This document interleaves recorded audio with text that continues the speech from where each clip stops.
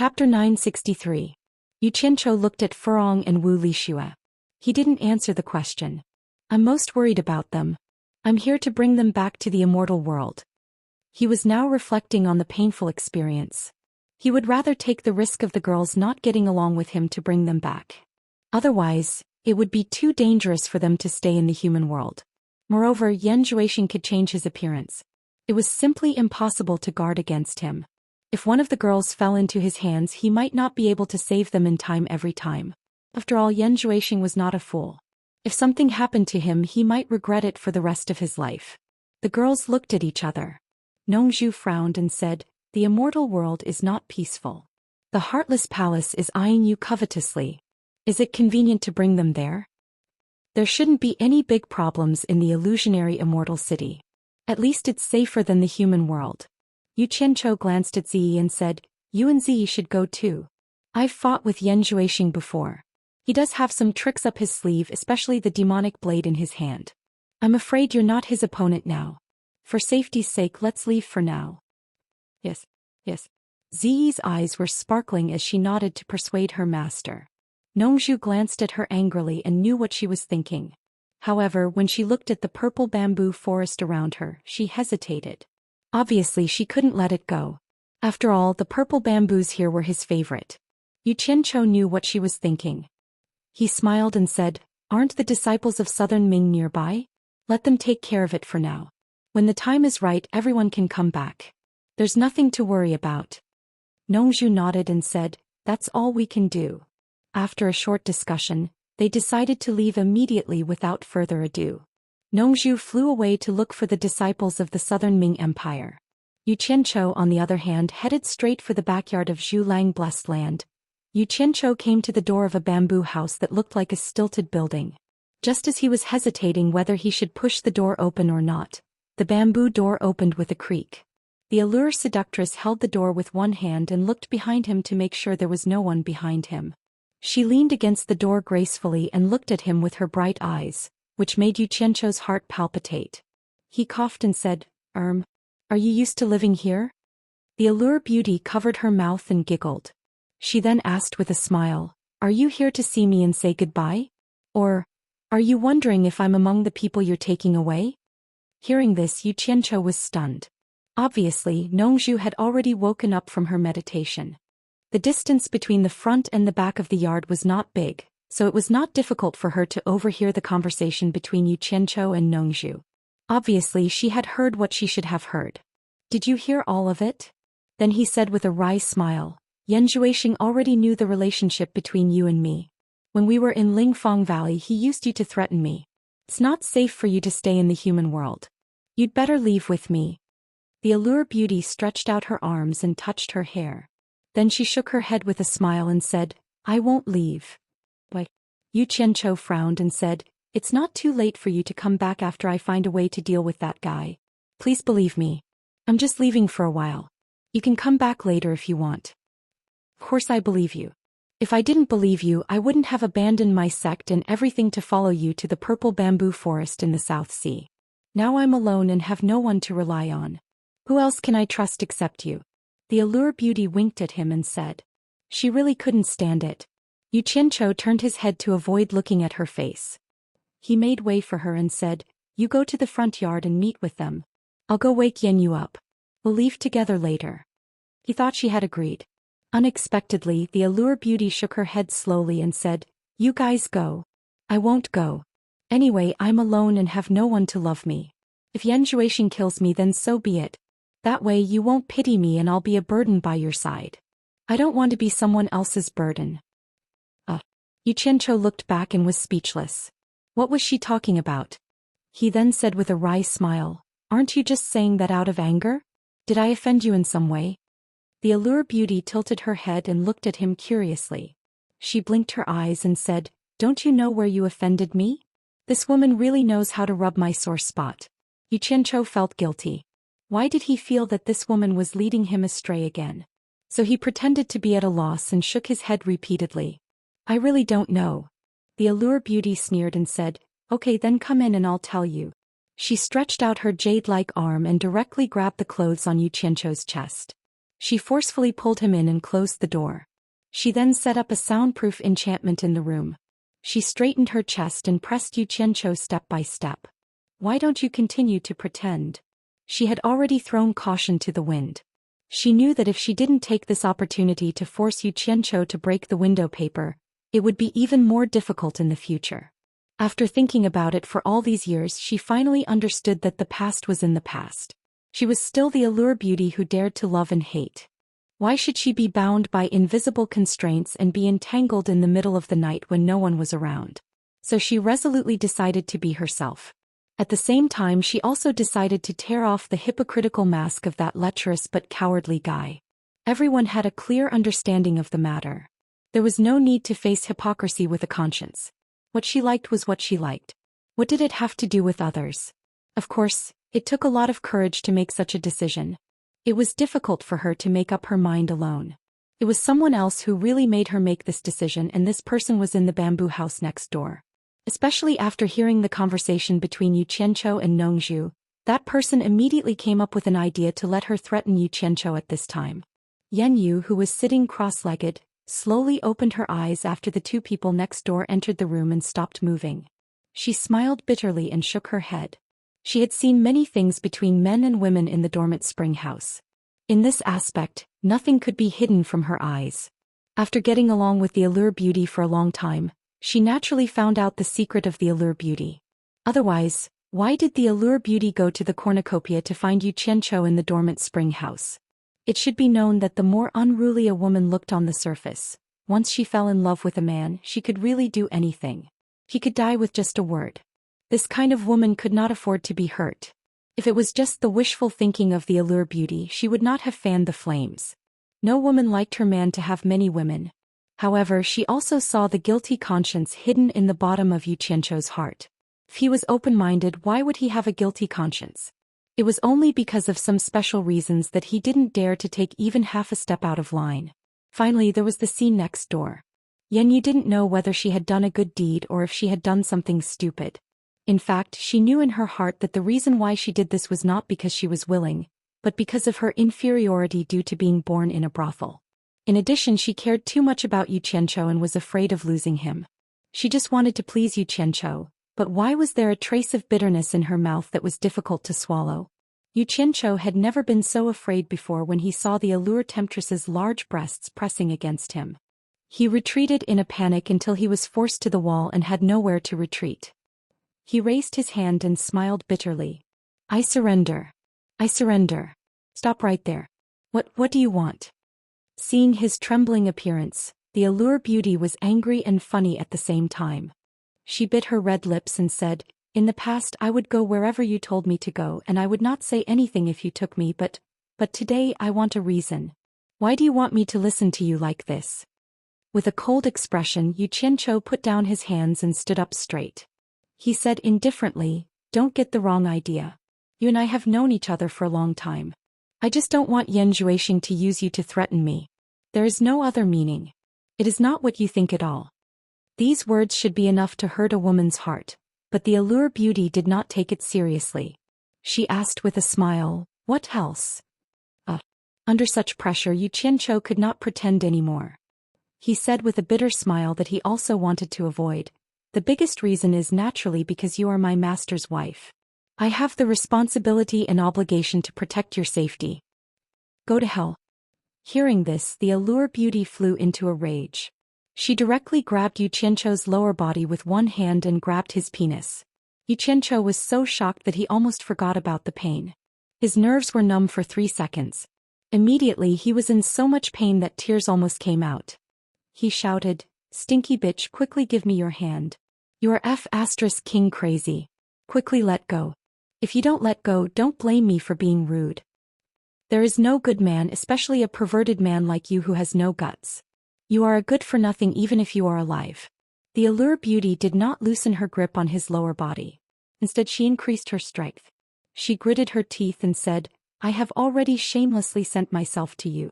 Why are you still pretending? How many days have you known Xianxia? When I broke up with Xianxia, I don't even know if your grandfather was born. Since when did you become a filial son and disciple to care about my affairs? A useless man like you is useless in his lower body. It is better for me to castrate you myself and cut off my future thoughts. You are crazy. Yu Qianzhou roared. His body suddenly emitted green flames, wanting to force the other party to retreat. However, the allure beauty had already thrown caution to the wind. Enduring the unbearable pain, she clenched her teeth and closed her eyes. She shook her head and said, "If you do not give me a reason today, I will not let go even if I die. If you have the ability, then kill me." King let go. Ouch, it hurts. It hurts. Yu Qianzhou really wanted to force out the purple flames and burn the devil's claw that was grabbing him. However, he could not bear to do that. Ouch, he gave in and said, tell me what kind of reason do you want?" Chapter 964. Not long after, a faint red mist rose from Hai Wei's head. It had a slight smell of blood and it slowly dissipated into the air. Not long after, Hai Wei slowly opened his eyes. When he saw Yu Qianzhou in front of him, he recalled everything that had happened. His forehead was instantly covered in sweat. He turned around and knelt in front of Yu Qianzhou. He said sorrowfully, "This subordinate deserves to die. I have failed Mister's trust. Whether I deserve to die or not, we can talk about it later.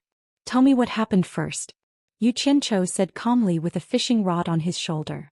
In fact, Hai Wei and the others did not know his real secret, so he had nothing to worry about. After Hai Wei told him everything that had happened, Yu Qianzhou snorted coldly. "If that's the case, I'm afraid that Mo Xiaojun, Tian Yi, and Li Qiuxiang's situation are similar to yours." He did not expect Yan Zhuixing to be so vigilant that he could discover Hai Wei and the others. Before coming here, he had only refined the awakening pill to make complete preparations. As for whether or not someone had been controlled by Yan Zhuixing, he could not guarantee it. However, with his methods, Hai Wei was no match for him. After a slight test, he immediately revealed his true colors. It was even more impossible for him to escape from him. This subordinate not only delayed Mister's matter, but also harmed my own brothers. This subordinate deserves to die. Please punish me, Mister. Hai Wei knelt there with a pale face. Alright. It's not your fault. It was my own negligence. How could you be a match for Yan Zhuixing? Get up. After calling Hai Wei, who was repeatedly thanking him, to his feet, Yu Qianzhou looked coldly in the direction of the 10,000 demons. He then took out a jade talisman and crushed it. A faint glow quickly dissipated in the air. Not long after, Hai Wei abruptly raised his head and looked to his left and right. He saw streaks of light flying past his head at an extremely fast speed, fanning out in the direction of the 10,000 demons.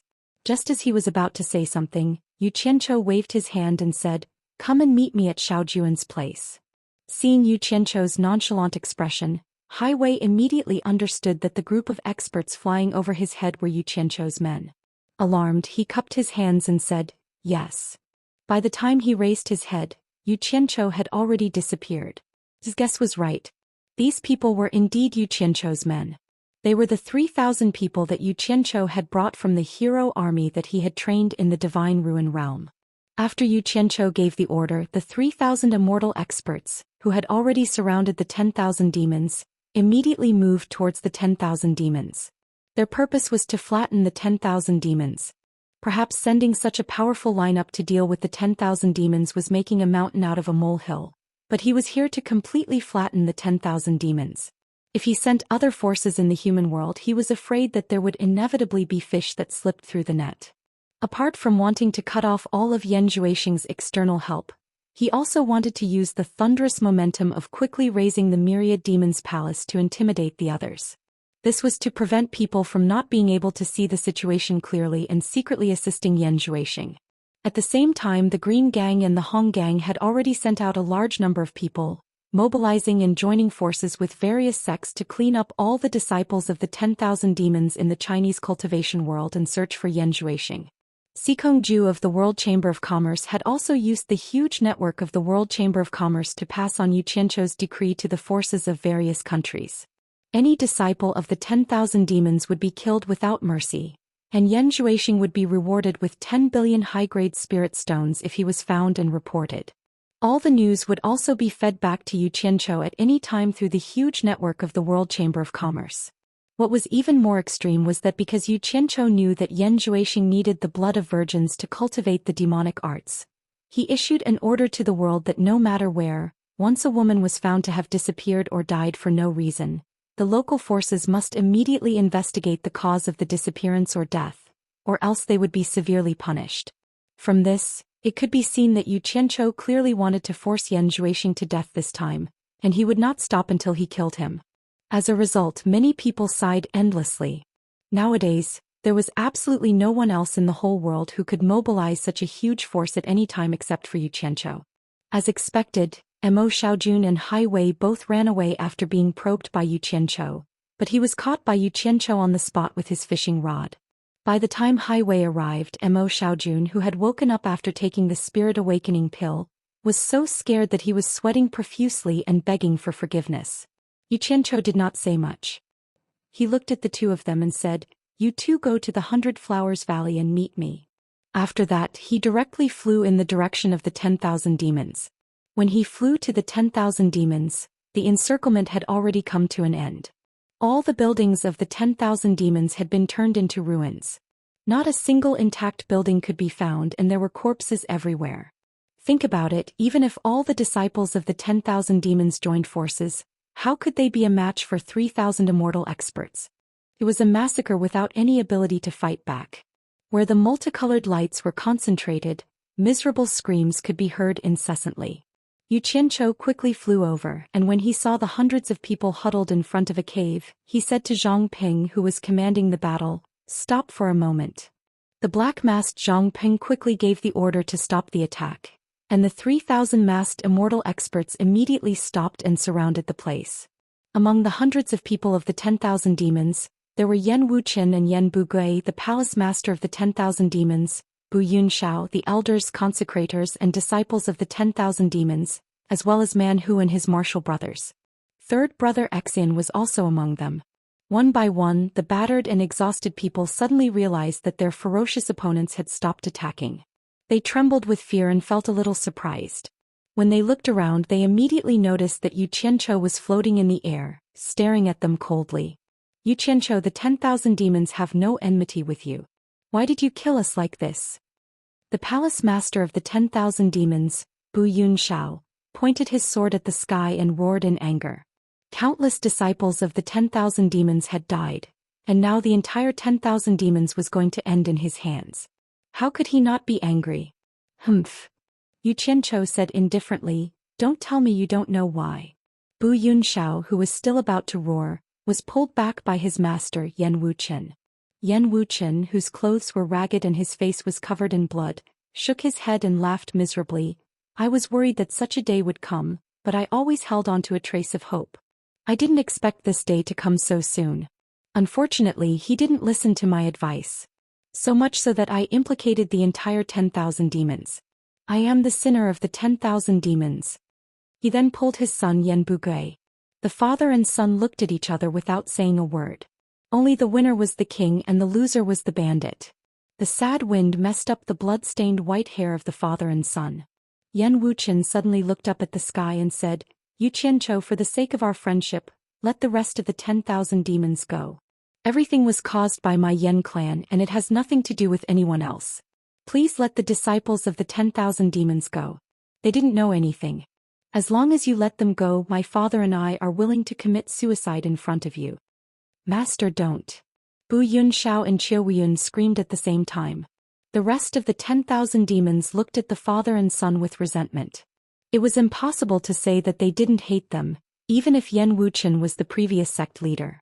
Corpses were everywhere on the ground and the sky was clear with only a few white clouds drifting by. Xianxia, who was floating in the air, stared at the ground and sneered, "Yan Wuqian, you are also a hero of your generation. Let me ask you, if you were in my shoes, what would you do?" "I understand what you mean." Yan Wuqian laughed miserably. "Indeed, I will not be lenient. I have done things like exterminating an entire sect many times. Seems like karma has come. But this is the mistake that this old man has committed. How can I let the entire palace of myriad devils bear it together? That way, after I die, I won't have the face to face my master. I won't have the face to face the ancestors of the palace of myriad devils." After saying that, he suddenly looked at Yan Bugui and shouted, "Close your eyes." Yan Bugui, whose face was covered in blood, looked at his father in confusion. When he saw the sword in his father's hand, he immediately understood everything. He knelt in front of his father and kowtowed while crying, "It is all because of your unfilial son that I caused this disaster, father. Your son's death will not be regretted. In my next life I will serve you again even if I have to be an ox or a horse." Yan Wuqian was so emotional that his face was trembling. He grabbed Yan Bugui's hair with one hand and raised the sword in the other. Bu Yunxiao and Qiuwen screamed and knelt down, hugging him. "Master, don't." Yan Wuqian was indeed a fierce and ambitious person. He could win and lose. He kicked his two disciples away and shouted, "Now that things have come to this, don't be stupid." There was a flash of silver light in his hand and his son's hot blood sprayed on him. "Eldest martial brother." Bu Yunxiao and Qiuwen exclaimed in unison. Yan Wuqian held his sword in one hand and his son's head in the other. He faced Yu Qianzhou with his eyes wide open and shouted in a sorrowful voice, "We will bear the consequences of our mistakes. Yu Qianzhou, please let the rest of the 10,000 demons go. I will repay you in my next life." Then he threw his son's head away and grabbed his messy hair with one hand. The sword in his other hand flashed and the hot blood rushed to the sky. "Master!" The two disciples cried in sorrow. Yan Wuqian didn't fall even after he cut off his own head. He threw his head away forcefully, and his body lost its center of gravity and fell backward into the arms of two disciples.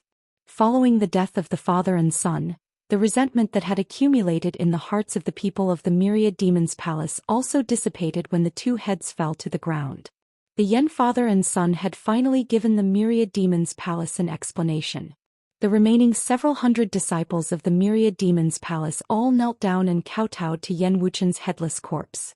Many of them were so moved by Yan Wuqian's act of sacrifice that they choked with sobs. Coupled with the countless corpses that had died tragically all around them, the atmosphere down below became extremely gloomy. Yu Qianzhou silently looked at Yan Wuqian's headless body. After a long time he squinted his eyes and pointed at third brother Exin. He said to Zhang Ping, "He won't die for now." Zhang Ping immediately teleported down and restrained the unprepared third brother Exin. In the blink of an eye he flashed back into the sky. However, the meaning of Yu Qianzhou's words was very clear. The people below immediately cursed. Qiuwen hugged his master's headless body and shouted, "Yu Qianzhou, you will die a horrible death." Man Hu and his fellow disciples fearlessly rushed towards Yu Qianzhou and shouted in unison, "Avenge, master!" Zhang Ping waved his hand and directly ordered, "Kill." Chapter 965. Senior brother Man Hu and the others knew that it was impossible for them to escape from Yu Qianzhou alive. Hence they decided to self-detonate their dantian and kill Yu Qianzhou to avenge their master Bing Qingzi. However, the difference in cultivation between the two sides was too great. Before they could reach the sky, countless rays of light shot towards them and turned them into a rain of blood. Even though the remaining several hundred disciples of the Myriad Demons Palace were united against a common enemy, it was impossible for them to withstand the attacks of 3,000 immortal experts. In an instant, fierce rays of light blinded their eyes, and miserable screams rang out incessantly. In just a short moment, not a single corpse could be found on the ground. Severed limbs and a bloody mess covered the ground, and the thick smell of blood was suffocating. Following Zhang Peng's order, the 3,000 members of the heroes quickly scattered in all directions to search for survivors. Floating in the air, Yu Qianzhou took out a spirit awakening pill and slapped it into the mouth of third Exin, who was clamped under Zhang Peng's arm. At this moment, a groan came from the pile of corpses. Yu Qianzhou and Zhang Peng looked over in surprise. They didn't expect that someone could survive such a fierce attack. The broken limbs were lifted up and a bloody man sat up. To be exact, he didn't have the lower half of his body and there was a big hole in his chest. It was a miracle that he didn't die, but he wasn't far from death. Yu Qianzhou squinted his eyes and recognized Qiuwen. Qiuwen was gasping for breath and it seemed that he could collapse at any time. Fortunately, his arms were still in good condition and he supported the lower half of his body. After turning his head around, he realized that the corpses of his master and senior martial brother were nowhere to be found. He couldn't help but start crying. He was supposed to be bawling, but the lower half of his body was leaking air. In the end, he cried like a female ghost who had died an unjust death. His voice was hoarse and it made people panic. His tears could no longer flow. He tried his best to look around, hoping to find a fellow disciple who was still alive. However, how could he find a complete corpse in a pool of blood? Who knew that when he moved a little too much, half of his body would sway, and his arms would clumsily support his back. When he stabilized his body, he saw Xianxia in the air. Their gazes intertwined and became extremely complicated. The enmity between them had already vanished like smoke in thin air, and the gazes they used to look at each other had returned to the distant past. Xianxia remembered the difficult days after he entered the cultivation world. He was lucky enough to not die in Ongquang. After he escaped from Ongquang like a stray dog, he didn't dare to come out and hide in the pillar of the state general's residence. Later he met Guan Yu, and under Guan Yu's lead he went to the Hundred Flowers Valley. It was in the Hundred Flowers Valley's Hundred Flowers house that he met a slightly sloppy old man. The two of them were drinking and chatting at the same table. That sloppy old man was Qiu Wen, who was now on the brink of death. That was the first time he met Qiu Wen. After that, the encounters between the two of them appeared before Xianxia's eyes like smoke. He really couldn't match the bloody man in front of him who was about to die. Xianxia almost couldn't remember anything else. These years had passed in a hurry. He had always been busy searching for the supreme path, wanting to break free from the misfortune of his previous life. Many people and matters had been left behind by him one by one.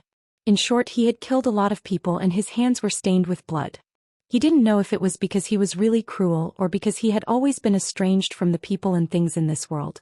The first thing that came to Qiu Wen's mind was the scene in the Hundred Flowers house. He met two young men while drinking alone. One of them was the guy who flattered him, Xianxia, in front of him. As for the other one, he didn't seem to have seen him again. After they parted ways, he only had a slight impression of this flattering young man because he was a little interesting. He didn't even think that he would meet him again because he was just an insignificant individual cultivator. His status was worlds apart from his. However, after so many years, the rise of this young man could be called a miracle. Many people couldn't stop him even if they wanted to. As a result, he walked step by step to where he was today. He was even strong enough to destroy 10,000 demons with a wave of his hand. If he had known this earlier, he would have killed him to prevent future troubles. But who would have thought that this day would come? Who would pay any attention to an insignificant wandering cultivator? Things, but human, not. Qiu Wen's throat spat out a few inaudible words. His eyes that were looking at the sky gradually became dull and lifeless. Bang! Zhang Peng slashed out a ray of light and blew him into pieces on the spot. Xianxia was also startled by this sound and woke up from his memories. Looking at the scene of corpses below him, his Adam's apple moved slightly. When he turned to glance at Zhang Peng, he saw that Third Xian's eyes were unfocused and his face was ashen. It was obvious that he had remembered something. Xianxia took a deep breath of the air that was filled with the thick smell of blood. He looked at Third Xian and sneered, "Third Xian, you've finally woken up. You must have had this dream for a long time. Did you remember anything?" Zhang Peng immediately grabbed the back of Third Xian's neck by his clothes and dragged him in front of Xianxia. Third Xian slowly raised his bloody face and looked at Xianxia with a bitter expression. Xianxia, let me go back to Lingfang Valley and find my master to apologize. I will cut my throat in front of my master. You don't have to do it." "Lingfang Valley? Your master?" Xianxia laughed as if he had heard a funny joke. He shook his head and said, "With your help, Lingfang Valley has long been destroyed by Yan Zhuixing. In order to save your brothers, your master was humiliated by Yan Zhuixing. He almost lost his life. As for your brothers, none of them were spared. All of them were killed by Yan Zhuixing. Today's Lingfang Valley has already become a barren mountain. Your master has also left disheartened. Only the souls of your brothers are lingering here. You're just an animal that helps a tiger do evil. What do you want to go back to see?" After hearing this, Third Xian looked at Xianxia with fear in his eyes. It was as if he had seen a ghost. His chest was heaving up and down and he was holding his breath. But in the end he could not hold his breath. He spat out a mouthful of blood and asked in a trembling voice, "Is what you said true? Yan Zhuixing never abandoned you and kept you by his side. He trusted you so much. Didn't he tell you about this?" Xianxia snorted coldly and said, "Everyone in the cultivation world knows about this. If it weren't for our friendship, you would have died by my hands long ago. Do you think there's any point in me lying to you?" Third brother Exin was stunned like a wooden chicken. After struggling for a long time, Yu Qianzhou signaled Zhang Ping to let go and said, "For the sake of your master, I won't kill you. Get lost." "Where's my master? I want to see her." Third Exin asked with a bleak expression. "I think you can forget about that. Your master has finally recovered from her sadness and despair. It would be strange if she didn't get agitated when she sees you." Yu Qianzhou sneered. "I understand." Third brother Exin nodded silently. He took out a jade archive from his storage pouch and wrote something on it. After he was done, he handed it to Yu Qianzhou and said, "I'll have to trouble you to pass this to my master." "That won't be a problem." Yu Qianzhou received the jade archive and skimmed through its contents. He was shocked and shouted, "Old Third Exin you!"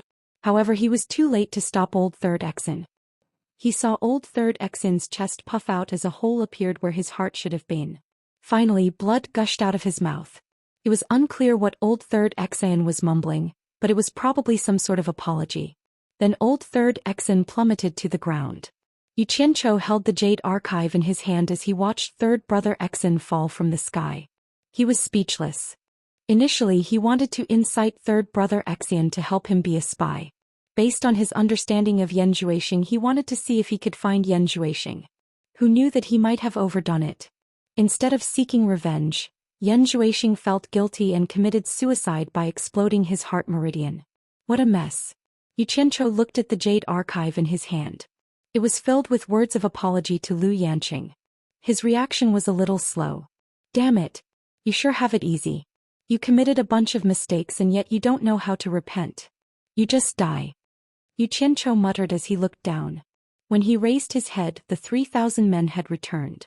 Zhang Ping took a head count and reported.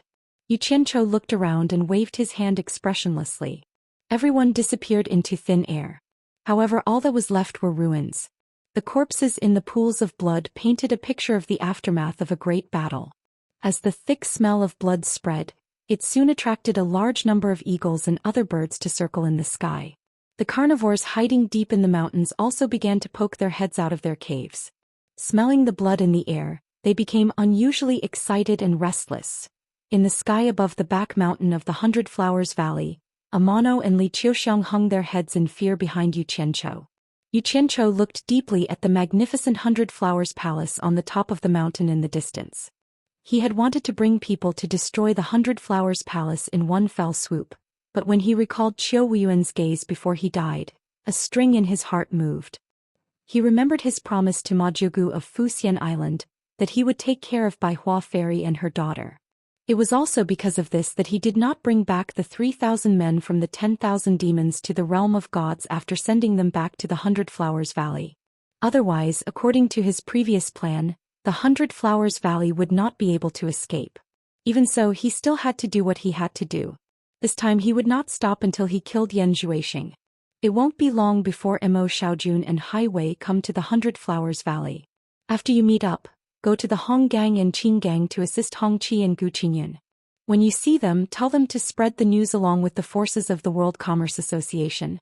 Yu Qianzhou immediately told them about the destruction of the 10,000 demons, especially the tragic scene of Yan Wuchen and Yan Bugui committing suicide.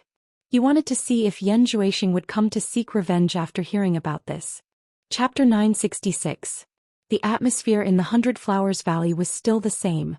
The style that had lasted for many years had never changed. However, compared to usual, the atmosphere was a bit different. The reason was naturally because Yan Zhuixing had caused Yu Qianzhou to order his men to attack the 10,000 demons. Many people were guessing that the next target would be Baihua Palace. While people were whispering in the streets and alleys of the 100 Flowers Valley, there was a sudden explosion in the sky. Even the ground trembled. Everyone looked up in shock, only to see a streak of light forcefully breaking through the defensive formation of the 100 Flowers Valley, directly barging in and floating in the sky. Everyone looked at the newcomer with fear. How could a person who could forcefully break through the defensive formation be ordinary? The surroundings were silent, as if everything had frozen in time. Everyone looked up at the sky without moving. The old people who had lived in the 100 Flowers Valley for a long time recognized Yu Qianzhou. After seeing that the newcomer was Yu Qianzhou, many people began to ponder. They were afraid that the newcomer had ill intentions and was looking for trouble with Baihua Palace. Sure enough, after Yu Qianzhou glanced down, he turned into a streak of light and directly shot towards Baihua Palace. Whispers immediately spread in the Hundred Flowers Valley. There were already many people in Baihua Palace who were uneasy because Yan Zhuixing had offended Yu Qianzhou. The loud sound immediately shocked everyone in the palace. Before they could see who the newcomer was, a streak of light directly broke through the mountain gate and landed in front of Baihua Palace, standing face to face with Baihua Palace mistress who just happened to come out to see what was going on. Guan Muxia, long time no see. Yu Qianzhou stared coldly at Baihua Fairy and directly called out her name. It sounded like he had come with ill intentions. Baihua Fairy looked at Yu Qianzhou with a complicated expression. She had naturally heard about how her son was heavily wounded by Yu Qianzhou and had to run away. Facing Yu Qianzhou who injured her son, she didn't have much resentment. After all, it was her son who took the initiative to cause trouble this time. She only hated herself for not being able to stop her son. Now that things had come to this, it was too late to say anything. Let's do what needs to be done. Baihua Fairy slightly bowed but didn't say anything. Yu Qianzhou narrowed his eyes and looked at the beautiful woman in front of him. Her hair had already turned white. Exhaustion was evident on her face. Obviously she had not been less worried about Yan Zhuixing. Yu Qianzhou, what do you want? The figure flashed by. Yan Zixia's eyes were red and swollen as she stood in front of her mother, as if worried that Yu Qianzhou would do something to her mother. From the looks of it, she had been crying. Yu Qianzhou's gaze stopped for a bit at Yan Zixia's face, then said, "Move aside, I have something to talk to your mother about." "No."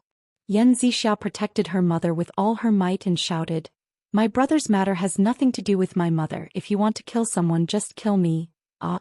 Yu Qianzhou coldly snorted. "Baihua Fairy, don't tell me that Yan Zhuixing didn't come to find you before he started this. He already knew from Li Qiuxiang and Tian Yi that Yan Zhuixing had come, so he couldn't hide it from him even if he wanted to." "Zixia, move aside." Baihua Fairy pulled Yan Zixia away. Her expression returned to normal, then extended her arm towards Yu Qianzhou. "You, torture envoy, please come inside, we can talk inside." With Yu Qianzhou's current status in the cultivation world, it's already a bit inappropriate to call him by his name, so she changed to calling him torture envoy. Yu Qianzhou didn't bother being polite with her, quickly walked past the mother and daughter pair, walking straight into the main hall and stood there with his hands clasped behind his back. He didn't plan to do anything to Baihua Palace this time, but a warning was unavoidable. Baihua Fairy held her daughter's hand, telling her not to worry, then waved her hand at the panicking crowd outside, signaling them to leave.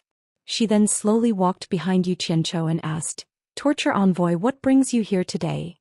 "Guan Muxia, why do you ask when you already know the answer?" As soon as Yu Qianzhou turned around, he stopped talking and looked outside, only to see two figures landing outside the palace gate. Baihua Fairy also turned around to look, then exclaimed in surprise, "Great-grand-aunt." She quickly went over to support the person. Yan Zixia also called out, "Great-grand-aunt." The mother and daughter both supported the person. The clang-clang sound of walking sticks could be heard. The newcomers were none other than Ma Jiugu of Fuxian Island and Ferdinand. With Baihua Fairy's support, Ma Jiugu slowly walked over with her crutches. Her face was already showing signs of old age. It seems that her lifespan is almost up. Yu Qianzhou looked at Ferdinand with a questioning gaze, but Ferdinand shook his head with a wry smile and sent his voice back. "Jiugu heard that you injured Yan Zhuixing and gave the order to deal with the 10,000 demons, so she was worried that you would attack Baihua Palace again, so she dragged me here with her. I had no choice." Yu Qianzhou looked at Ma Jiugu, who was slowly walking over, and understood her intentions. She was afraid that he wouldn't be able to protect Baihua Fairy and her daughter, so she dragged her father-in-law here. In fact, the fact that Ferdinand was his father-in-law was only known by the higher-ups of Fuxian Island. Outsiders were strictly forbidden from knowing, so Ma Jiugu was naturally one of those who knew. Ma Jiugu opened her drooping eyelids and laughed. "It seems that my old bones came just in time, just in time." She then walked in front of Yu Qianzhou, cupped her hands and bowed. "Greetings, torture envoy." "Isn't this disgusting?" Yu Qianzhou's expression twitched. This old woman's greeting really made him feel uncomfortable. He immediately reached out to support her, then bowed. "Greetings, Jiugu." Ma Jiugu immediately nodded and praised. "Good, good, good. It seems that I didn't misjudge you." She first put on a hat, then asked, I heard that Torture Envoy has issued a decree to eradicate the 10,000 demons. Unfortunately, I'm old and useless. Otherwise, I would definitely follow Torture Envoy's decree and take the lead to eradicate the 10,000 demons. Please forgive me, Torture Envoy. Saying so, she bowed again and apologized. Xianxia was speechless. He had already experienced this old woman's temperament. She was an old woman who hid a needle in a velvet glove, but he couldn't do anything to her. After all, she had helped him several times. Left with no choice, he quickly bowed and supported Majugu. I dare not. I can order anyone, but I dare not order you. However, Xianxia was not prepared to let the other party casually manipulate him. The hierarchy of people was a matter of status. He had to protect what he needed to protect. Immediately he said, besides, the matter of the Myriad Demons Palace has already been resolved. I have already sent people to flatten the Myriad Demons Palace. Yan Wuxian, the culprit who connived with Yan Zhuixing, apologized in public and personally cut off the head of his son Yan Bugui, then committed suicide. The matter of the 10,000 demons is over, so Jiugu doesn't need to worry about it. As soon as these words came out, the atmosphere in the hall suddenly changed.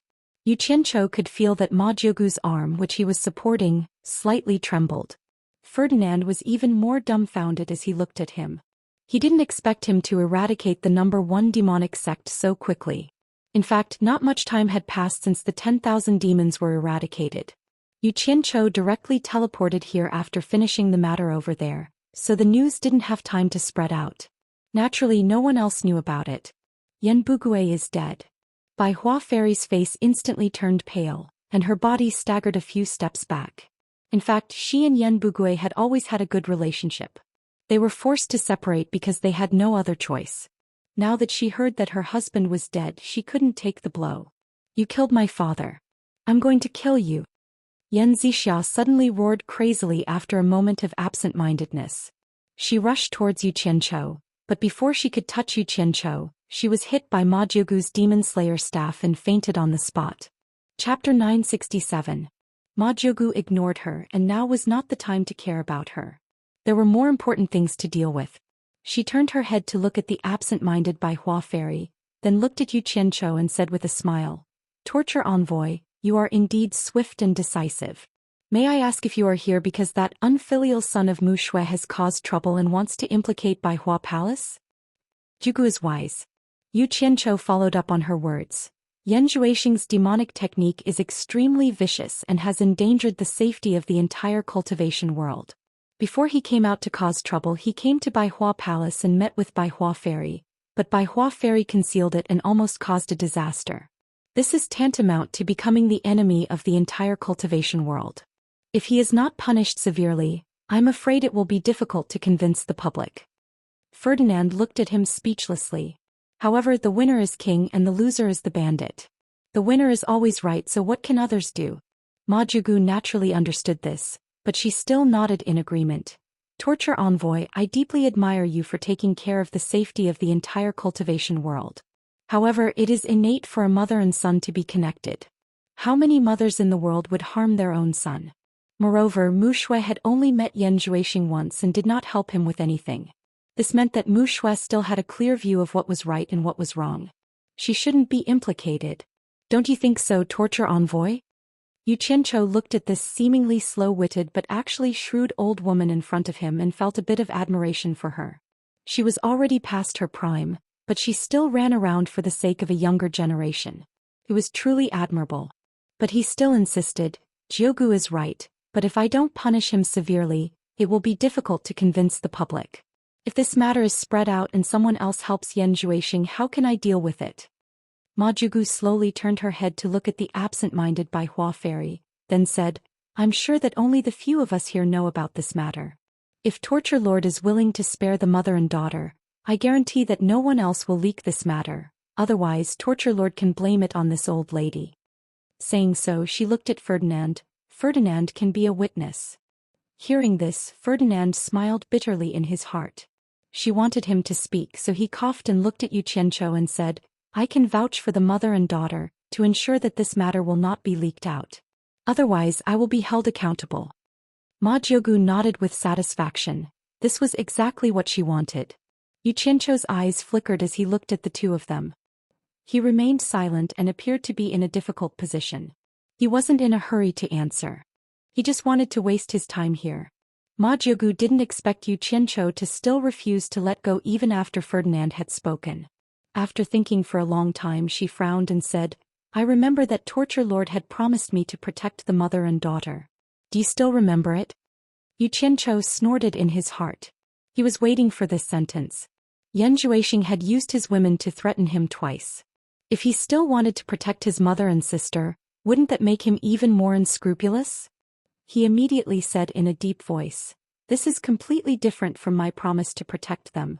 Don't tell me I still have to protect them if they join forces with Yan Zhuixing to take my life one day. However, since Aunt Jiu brought up my original promise to talk about this matter, I will let the mother and daughter go today. It will be as if the original promise was used up by the mother and daughter. From now on I will have nothing to do with them. Ma Jiugu was stunned for a moment, then shook her head. With her shrewdness she immediately understood. She smiled bitterly and said, So you were waiting for me here.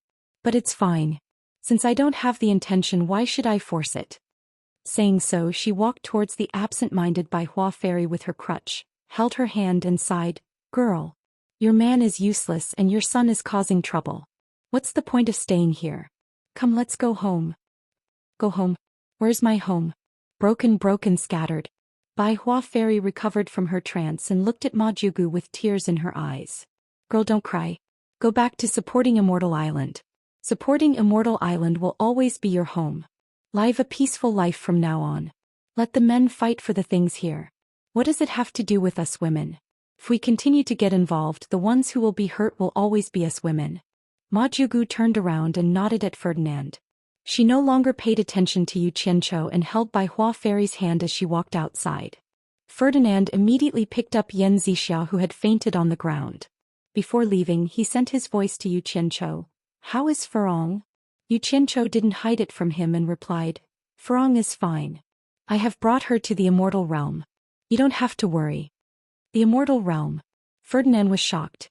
He didn't expect that Yu Qianchou had reached the point where he could travel between the immortal world and the mortal world. He nodded with relief and didn't say anything more. Holding Yan Zixia in his arms, he caught up with Ma Jiugu, who was outside the palace gate, and flew away together. The huge palace was deserted.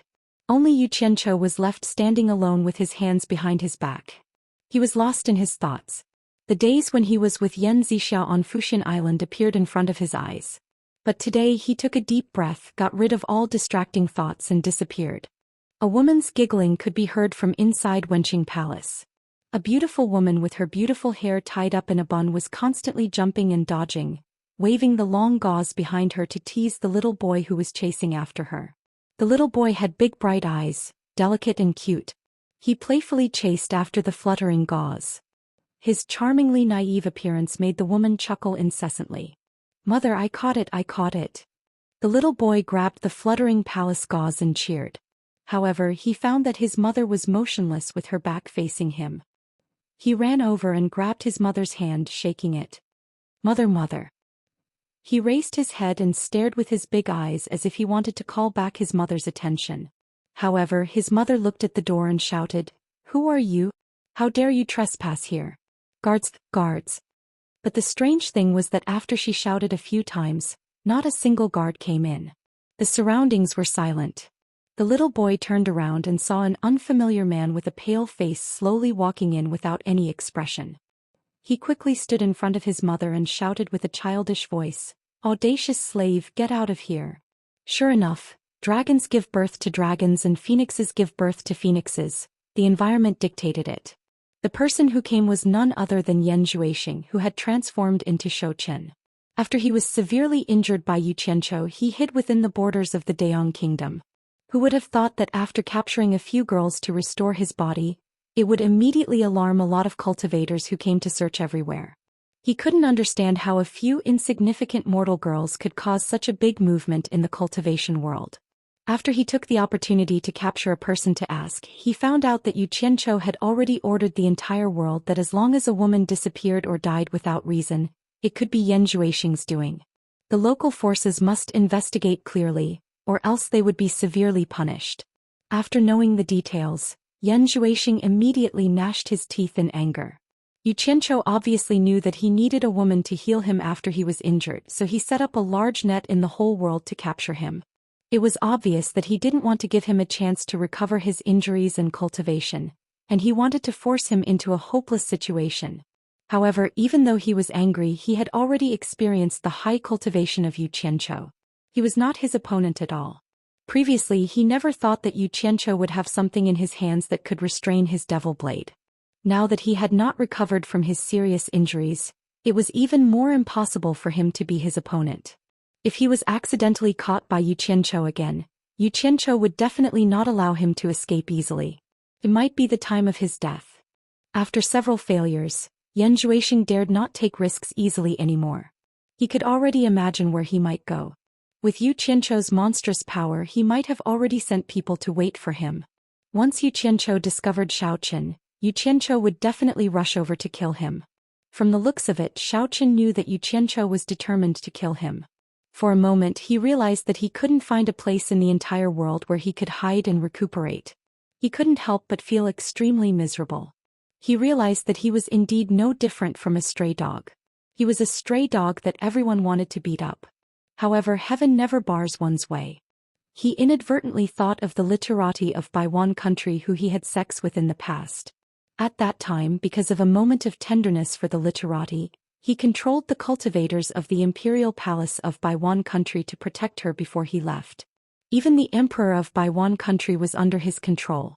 At that time it was mainly because he was afraid that if something happened to him, no one would take care of the literati that he had tenderness for, so he didn't expose those people under his control. Thinking of this, he suddenly felt a glimmer of hope. If he trespassed into another country's palace, he might be discovered by the hidden cultivators protecting him. It was not a good idea to take risks in the current situation, but it was different in Baiwan country's palace. Most importantly, there were countless palace maids in the palace. With his control over Baiwan country's palace, he could find some palace maids to restore his body and cultivation. As long as the people in the palace didn't leak it, who would find out? Therefore this scene happened. Yan Zhuixing looked at the child in surprise. He heard the child calling his mother from outside. He looked around and saw no other woman except for the young woman in front of him. Could it be that the literati was the child's mother, and the literati was already married? But he felt that it was not right. Without his permission, how could the emperor of Baiwan country let the literati marry someone else? Even if she was married according to the rules of Baiwan country, how could the palace master still live in the palace? Moreover, there were no signs of other men in the room. Guards! The literati shouted a few more times, but there was still no movement around. Looking at the cold and unfamiliar man in front of her, she couldn't help but panic. The palace maids and guards outside were all absolutely loyal people that man had left for her. Apart from her, even her brother, the emperor, couldn't order them around. Now that there was no movement, the situation could be imagined. The literati immediately pulled her son behind her to protect him. She looked at the man in horror and asked, "Who are you? Why did you trespass here?" Chapter 968. Princess Wenqing, you are indeed a forgetful person. Yan Zhuixing sneered.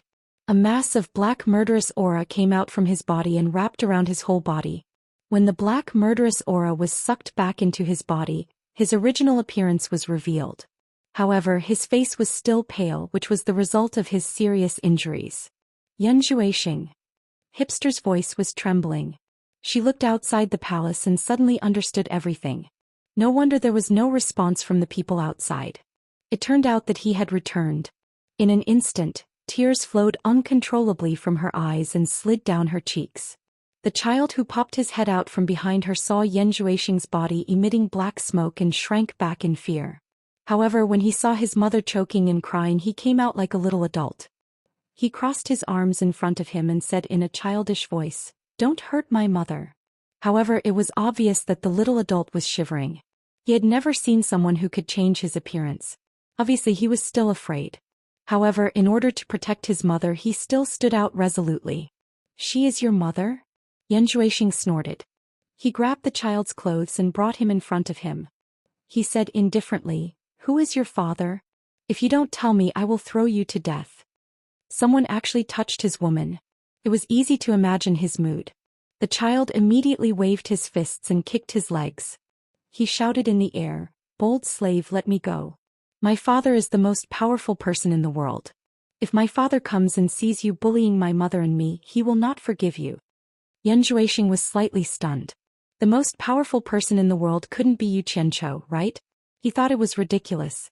He immediately snorted, "Then I would like to see your most powerful father in the world. Tell me, what is your father's name?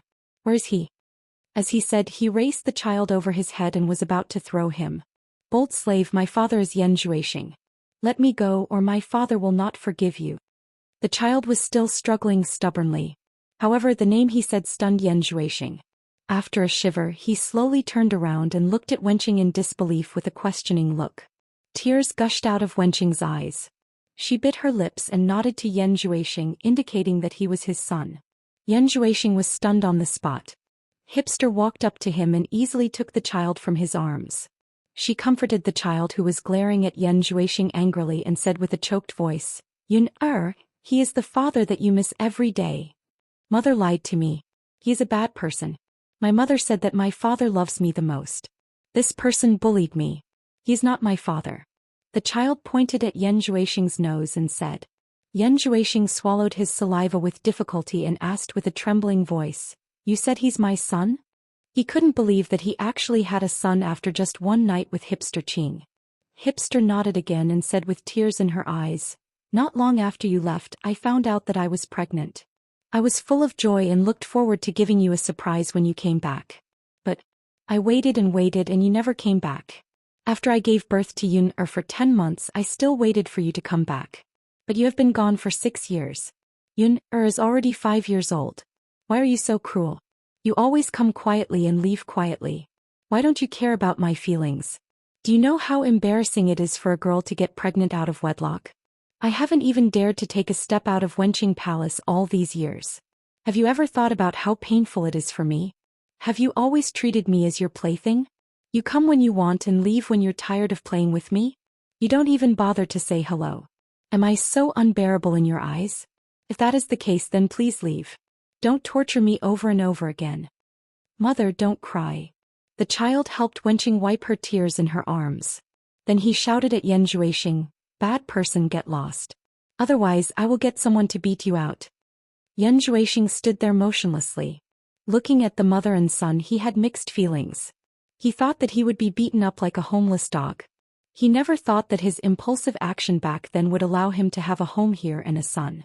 If he had really died in the hands of Yu Qianzhou, then he would still have his flesh and blood here. The monotonous expression on Yan Zhuixing's face changed greatly. He walked over excitedly and opened his arms to embrace the mother and son. He buried his head in Hippie's ear and murmured, "I'm sorry. It's all my fault. Please forgive me. I won't come and go silently in the future. Don't worry. Don't worry. I'll never come and go silently again." "What is Yun's full name?" Wenqing kept whimpering and felt sad. After a long time he choked and said, "Yan Yun, it means fleeting clouds. I thought you thought I was fleeting clouds and would never come back, so I gave him this name." Yan Zhuixing pondered for a while and nodded. "A swan's ambition can reach the clouds. Good name. Not bad, not bad." His son was naturally good. Yan Yun was a smart child. Although he did not understand what Yan Zhuixing and Wenqing were talking about, he understood that the stranger who said he would throw him to death was really his father. Instantly he burst into tears. He bawled loudly and he was extremely heartbroken. His crying made Wenqing unable to cry anymore. She pushed Yan Zhuixing away and asked the child, "Yun, what's wrong?" Yan Zhuixing was flustered. He looked at the child at a loss and said nervously, Did I not know how to control my strength and hurt him?" Yan Yun turned his head and buried it in his mother's embrace. He choked and said, "Mother lied to me. You lied to me. Father doesn't love me at all. He said he wanted to throw me to death. He is a bad person." The more he cried, the sadder he became. It was as though the sky in his heart had collapsed. He was too disappointed. Yan Zhuixing was dumbfounded. He wanted to slap himself. Why didn't he ask clearly and hit a child the moment he came in? For a moment, this infamous demon in the cultivation world was so anxious that he didn't know what to do. Sweat appeared on his forehead. He looked at Wenqing and wanted to say something but stopped. He didn't know what to say. Wenqing comforted the child in her arms with tears in her eyes. She looked at Yan Zhuixing and complained, "Don't you have anything good to coax him? Something good?" "Yes." Yan Zhuixing suddenly patted his head. The demonic blade flew out and floated in front of him. For him, the only good thing he had on him to please his son was the demonic blade.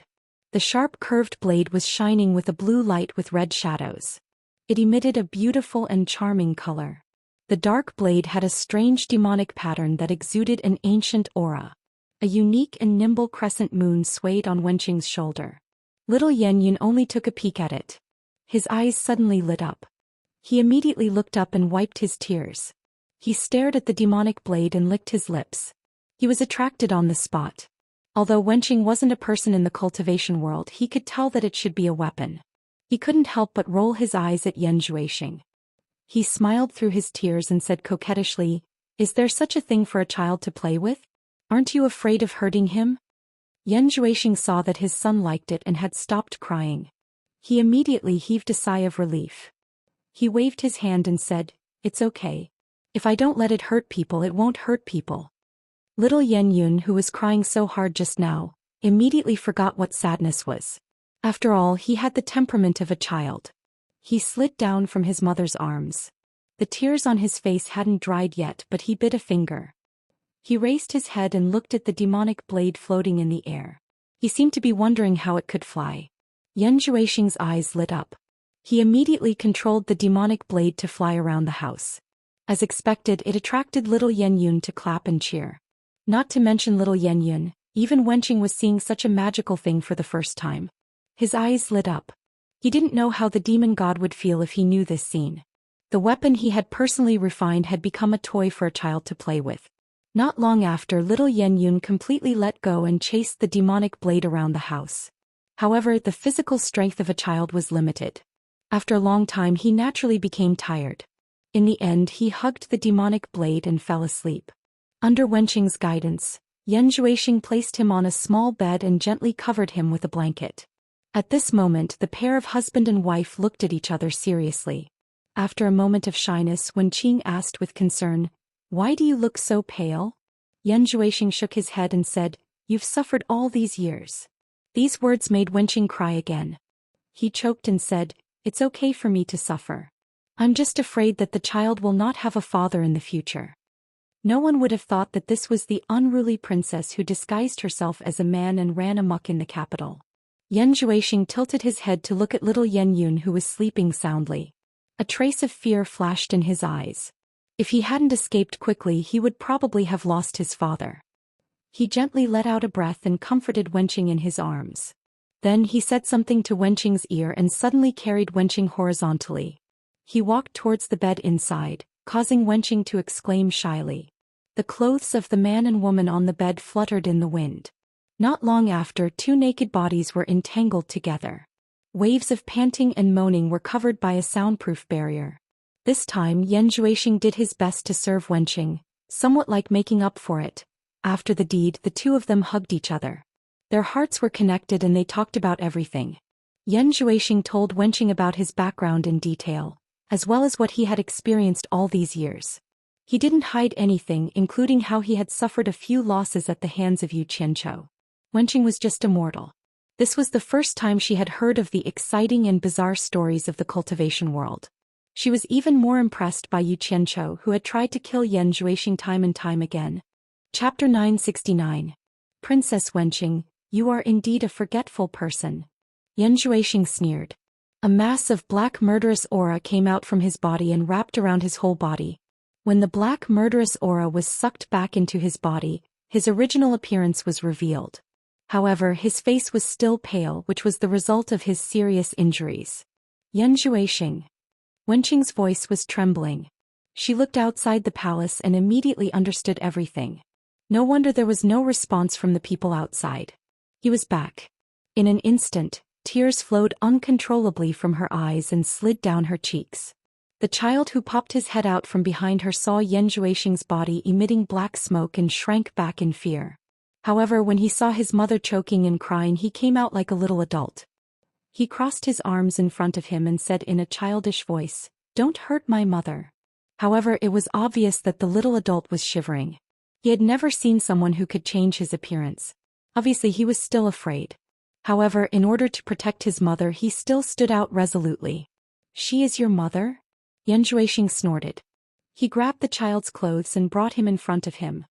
He said indifferently, "Who is your father? If you don't tell me, I will throw you to death."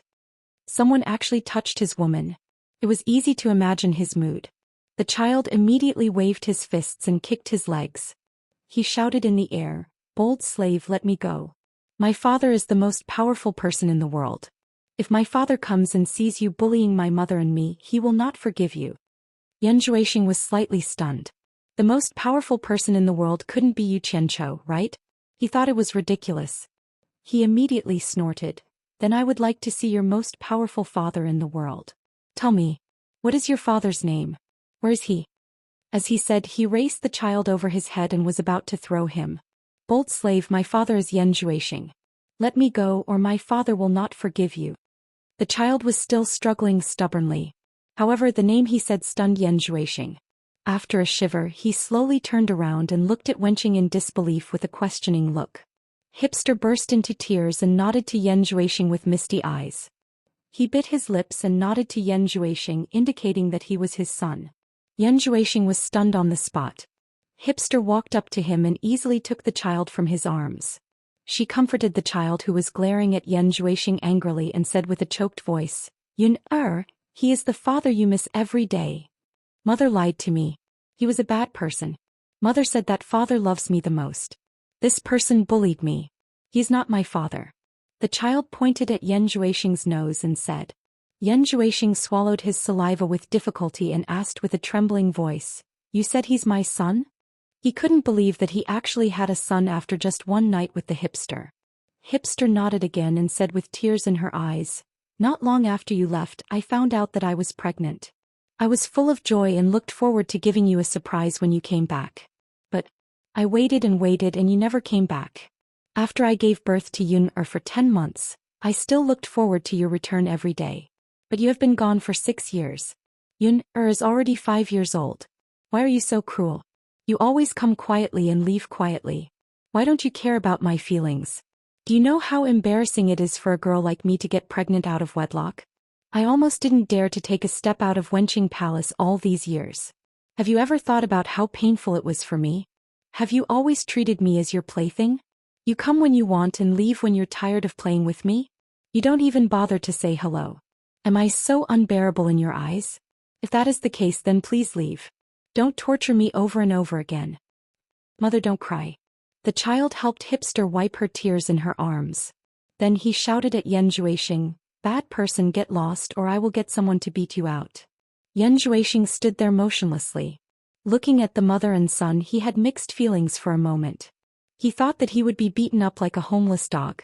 He never thought that his impulsive action back then would give him a home here and a son. If he had really died in the hands of Yu Qianchou, then he would still have his flesh and blood here. The monotonous expression on Yan Zhuixing's face changed greatly.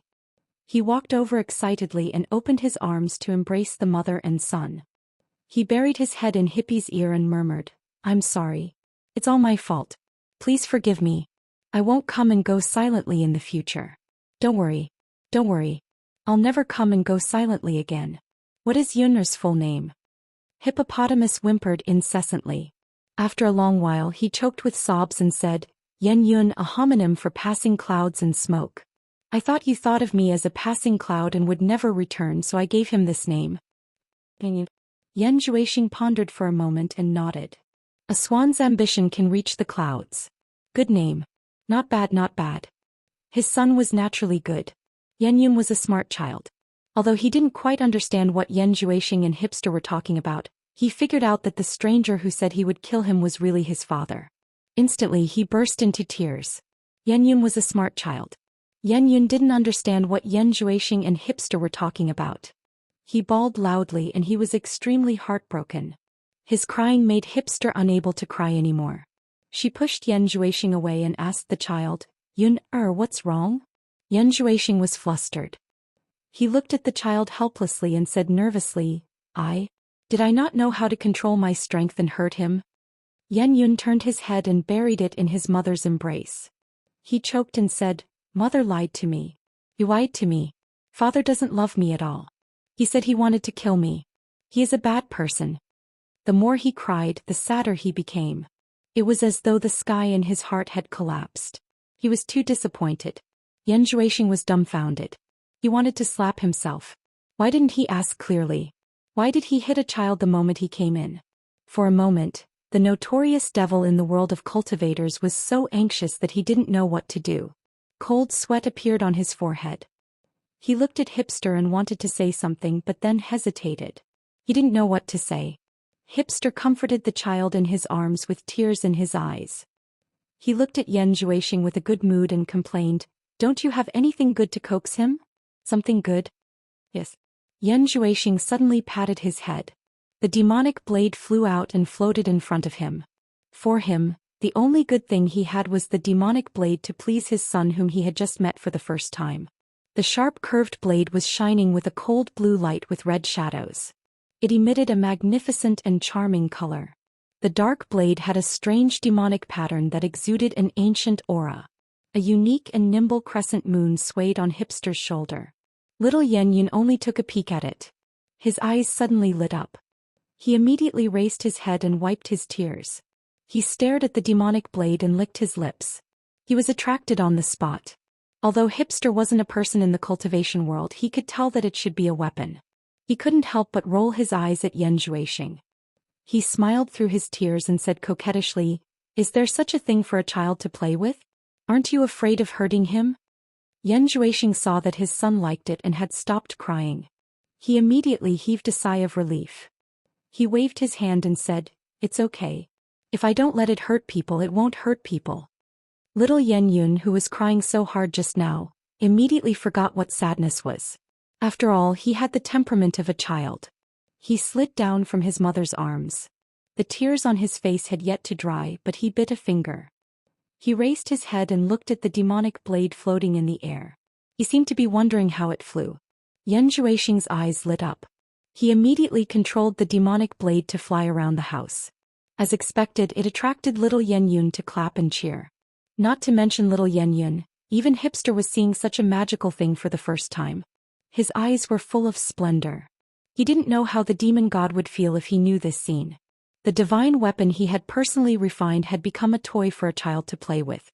Not long after, little Yan Yun completely let go and chased the demonic blade around the house. However, the physical strength of a child was limited. After a long time, he naturally became tired.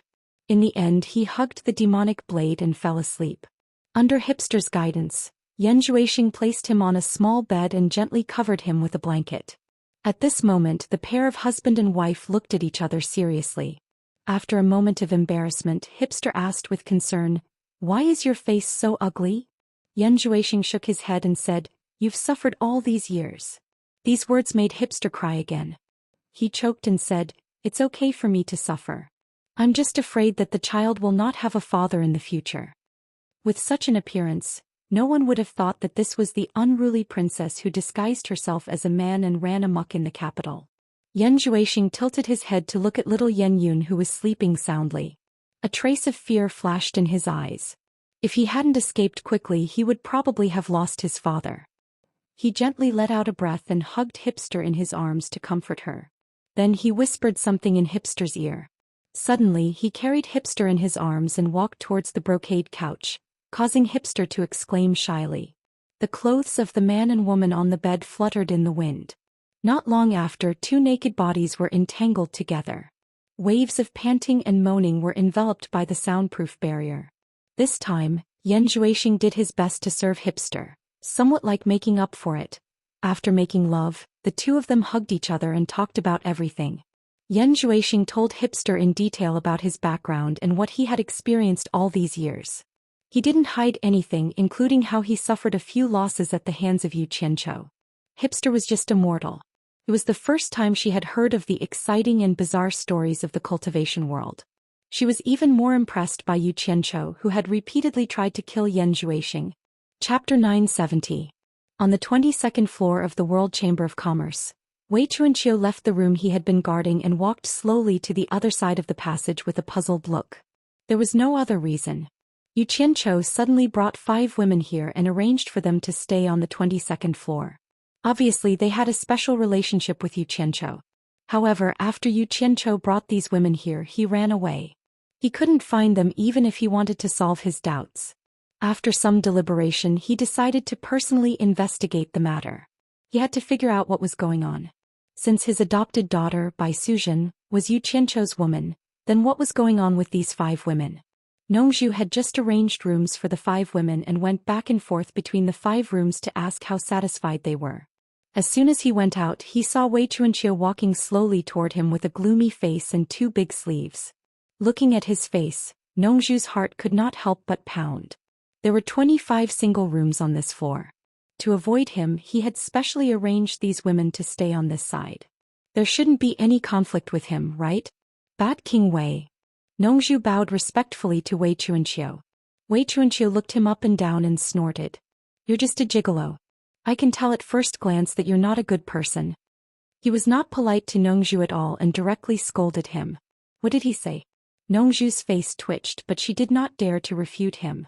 His cultivation was much higher than hers and she was no match for him if they fought. She could only force a smile. Are these 5 women your people or Yu Qianqiu's people? Wei Chuanqiu twirled his mustache and asked with squinted eyes. His eyes seemed to regard Nongzhu as a pimp in a brothel. Nongzhu was also a smart person. Seeing Wei Chuanqiu's attitude, he naturally would not take trouble for himself. He immediately pushed the blame away and said, they are all sect leader Yu's people. As soon as he said this, Wei Chuanqiu's face suddenly darkened. He stared coldly at Nongzhu and said in a low voice, call them out. I have something to ask them. Nongzhu felt that something was wrong and said awkwardly, Bat King, why don't you wait for sect leader Yu to come back and ask him yourself? Wei Chuanqiu snorted with a threatening tone and stared at Nongzhu with a fierce look. Nongzhu felt her scalp go numb and obediently knocked on the door one after another. Not long after, 5 different women came out obediently. They lined up in a row and stood in front of Wei Chuanqiu, trembling with fear. When Nongzhu called them out, she had already secretly transmitted a message to the 5 of them. This green-winged Bat King was an early-stage Immortal Emperor expert and had a bad temper. He told everyone to be careful. Wei Chuanqiu's cold gaze swept across the faces of the 5 women. Noticing that all of them were rather good-looking, she snorted coldly and said, tell me honestly, what is the relationship between you and Yu Qianqiu? She then pointed to the first woman standing on the right and said, we'll start from you. You speak first. At first, Furong was a little flustered because of Nongzhu's warning. However, she thought that since Yu Qianqiu could bring her here, he would definitely not harm her. Because of her almost blind trust in Yu Qianqiu, Furong became the calmest among the 5 women. She indifferently bowed to Wei Chuanqiu and said, Furong greets Senior Wei. Yu Qianqiu is my man. Hearing this, Wei Chuanqiu's mustache trembled. He stared at the calm Furong for a long time before slowly moving his eyes to the next woman, Wu Lixue. Wu Lixue was a little afraid at first, but after hearing Furong's words, she threw all her fears to the back of her mind. She bit her lips and stared at Furong without moving her eyes. Sure enough, her guess was confirmed. Yu Qianqiu did not only have one woman. Little girl, how dare you not answer this old man's question? Are you tired of living? Wei Chuanqiu said in a gloomy voice. Yan Yu, who was standing behind Wu Lixue, immediately sent a telepathic message to remind her and secretly pulled Wu Lixue. Wu Lixue's eyes were filled with tears. She replied with an aggrieved expression, I am Yu Qianqiu's woman. Wei Chuanqiu suddenly sneered. When his eyes moved to Yan Yu slightly bowed and said, me too. Nongzhu, who was standing aside, thought that these were the only 3 women. Because he had investigated Yu Qianqiu's background, he knew that the Temptress of 100 Charms next was the former lover of Yu Qianqiu's master in Kuang-tsung. The reason why Yu Qianqiu brought her along was that he respected her as his master's wife. However, to his astonishment, the Temptress of 100 Charms followed closely behind Yan Yu and said shamelessly, Senior, Yu Qianqiu is my man. I am Yu Qianqiu's woman. Hearing this, Wei Chuanqiu and the other women didn't have much reaction. Unexpectedly, Nongzhu suddenly shouted angrily, Temptress of 100 Charms, don't make irresponsible remarks. There are deities above us. How dare you be so shameless and talk nonsense? Do you want to die? No one expected that Nongzhu would be so angry. They all looked at her in astonishment. The hostility on Wei Chuanqiu's face disappeared. After a while he pointed at the Temptress of 100 Charms and asked Nongzhu, "Is there any secret?" "Senior, you are wise." Nongzhu made an obeisance and pointed at the Temptress of 100 Charms who was biting her lips angrily. She said, "This woman is the woman of Yu Qianchou's former master. To be exact, she should be the wife of Yu Qianchou's master. It's one thing for her to be shameless, but how dare she ruin Yu Qianchou's reputation as well?" Master's wife. The other women, including Wei Chuanqiu, exclaimed together. Furong, Wu Lixue, Yan Yu and Zi all looked at the Temptress of 100 Charms in disbelief. Even Yan Yu, who had spent the longest time with the Temptress of 100 Charms, did not know that the Temptress of 100 Charms was Yu Qianchou's master's wife. If she had known, she would not have encouraged the Temptress of 100 Charms to threaten Yu Qianchou in the purple bamboo forest in the South China Sea, because it was against human nature. No matter how open-minded Yan Yu was, it was still a little difficult for her to get through this. The seductive look on the Temptress of 100 Charms' face was completely gone. Her smooth cheeks turned pale and blood appeared on her tightly bitten lips. Obviously she had bitten her lips.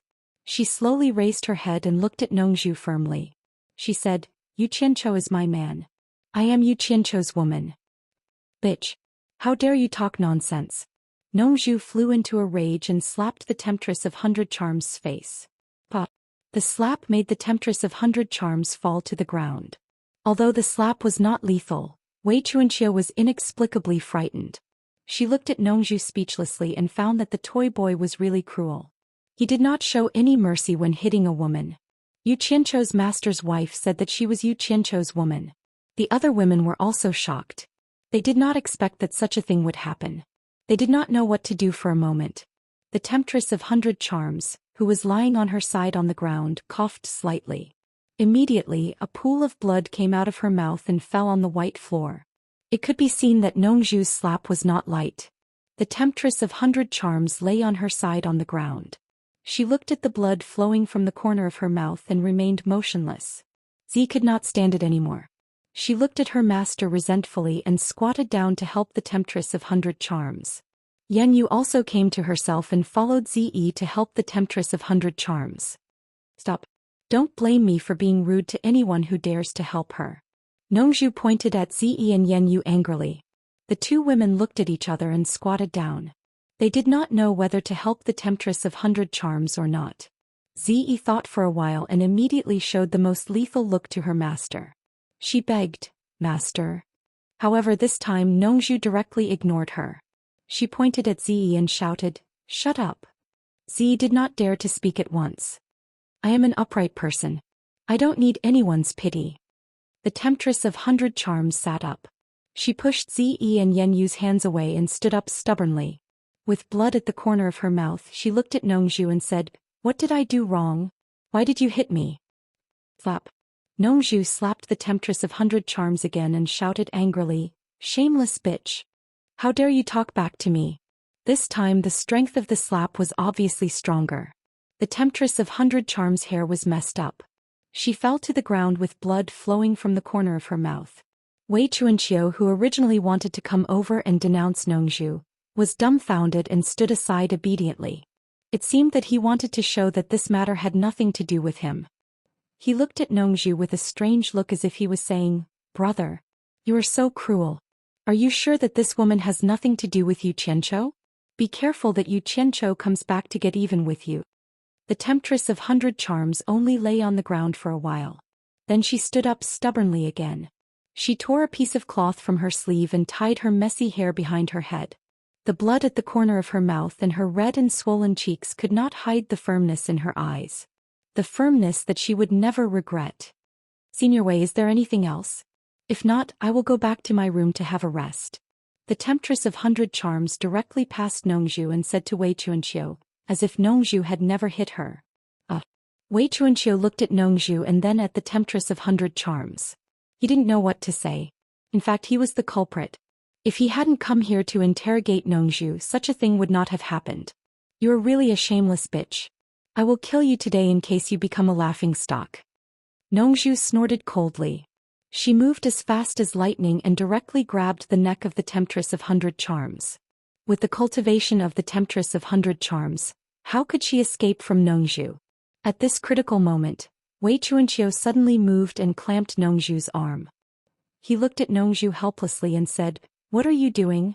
I haven't finished my question and you want to kill me? You're looking down on me." He waved his hand and Nongzhu immediately retreated far away. "Girl, this gigolo said that you are Yu Qianqiu's wife and you said that you are Yu Qianqiu's woman. What is going on? Why can't I do it?" Wei Chuanqiu frowned and said. One of the reasons why he saved the Temptress of 100 Charms was that he was curious. The most important thing was that he didn't know what Yu Qianqiu's attitude was. If he accidentally killed Yu Qianqiu's sweetheart because of him, who knew what crazy things that bad guy would do? Chapter 971. Wei Chuanqiu had interacted with Yu Qianqiu for a long time. After interacting with him for such a long time, he could tell that Yu Qianqiu was vicious and merciless. He could also do shameless flattery. However, no matter how much he changed, he could not change the insanity in his bones. It was like a kind of madness against the oppression of fate. Whoever touched his things would be oppressed and attacked by him. He had to resist fiercely. Wei Chuanqiu did not dare to go too far when his inner elixir was in Yu Qianqiu's hand. That was why he saved the enchantress from Nongzhu. There was a man who gave me up. We had no relationship. Later that man took a disciple and died soon after. In order to avenge that man, I got to know his disciple. Maybe I fell in love with him after a long time. I don't deny that I fell in love with his disciple. It's that simple. The enchantress smiled faintly with blood on the corner of her mouth. No one knew whether she was laughing at Wei Chuanqiu or herself. She just looked at Nongzhu, who was pushed back by Wei Chuanqiu, and said, "I don't understand why I have to be the woman of an irresponsible man who abandoned me and died a long time ago. I'm not a woman who likes the new and gets tired of the old. I've done a lot for that man and almost destroyed my whole sect. Of course, this is the reason I found to comfort myself later. After I fell in love with Yu Qianqiu, I was also very conflicted. But why did he make me his wife? Now I just want to be his woman." Then she looked around and said, "I know what I did was wrong, but I don't know what I did wrong. Who can tell me a reason to persuade me so that I won't continue to do wrong?" Furong and the other girls looked at each other. Anyway, in their understanding, it must be wrong. There was no need for any reason. Anyway, it was wrong. This kind of thing should not happen. However, these girls sympathized with her now, so no one could say anything. Well, Wei Chuanqiu scratched his head and looked at Nongzhu. He immediately waved to him and said, "Toy boy, come here and tell her what she did wrong." Nongzhu walked over slowly and snorted, "Bitch. The reason is very simple. I've already said that what you're doing is against common sense." "Yes." Wei Chuanqiu nodded and said, "Doing so is against common sense. Little girl, let go. Don't be stubborn anymore. If you continue like this, the world will not tolerate you. In the end, you'll only be the one getting hurt, and you might even drag Yu Qianqiu down with you. Besides, Yu Qianqiu wasn't a good person. Why did he have to like him? And you guys." Wei Chuanqiu then pointed at the rest of the girls and glared at them. "I say you can like anyone, but why do you all want to board Yu Qianqiu's pirate ship? Is that broken ship that attractive to you? I think all of you should disperse. Disperse, disperse, everyone go home." He had a good idea. He was going to disband all the women of Yu Qianqiu and let his adopted daughter, Bai Suzhen, be the only one. Otherwise, he would not feel good if Bai Suzhen shared a man with other women. However, Z curled her lips and said, "I won't go. I'm not his woman. I'm just his friend." She thought, "I want to board the pirate ship, but the pirate ship is so sneaky that it doesn't give me a chance to do so." Of course, she could only think about it in her heart. She couldn't say it out loud or she would die of shame. She didn't have the courage of the enchantress.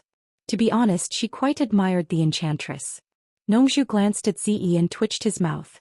No one knew his daughter better than him. He probably guessed what his daughter was thinking. Against common sense? The enchantress suddenly giggled and asked, "Mr. Nongzhu, how am I against common sense? Is it because I dated his master?" "Yes." Nongzhu suddenly turned around and shouted, "Bitch. The world is so big. I don't care who you find, but not Yu Qianqiu." "Mr. Nongzhu, you can't convince me with this reason." The enchantress shook her head stubbornly. Nongzhu immediately shouted, "Then I'll kill you and end all troubles." "Mr. Nongzhu, you don't have to do it." If Yu Qianzhou wants me dead, he only needs to say one word and I'll die in front of him immediately. The enchantress smiled faintly.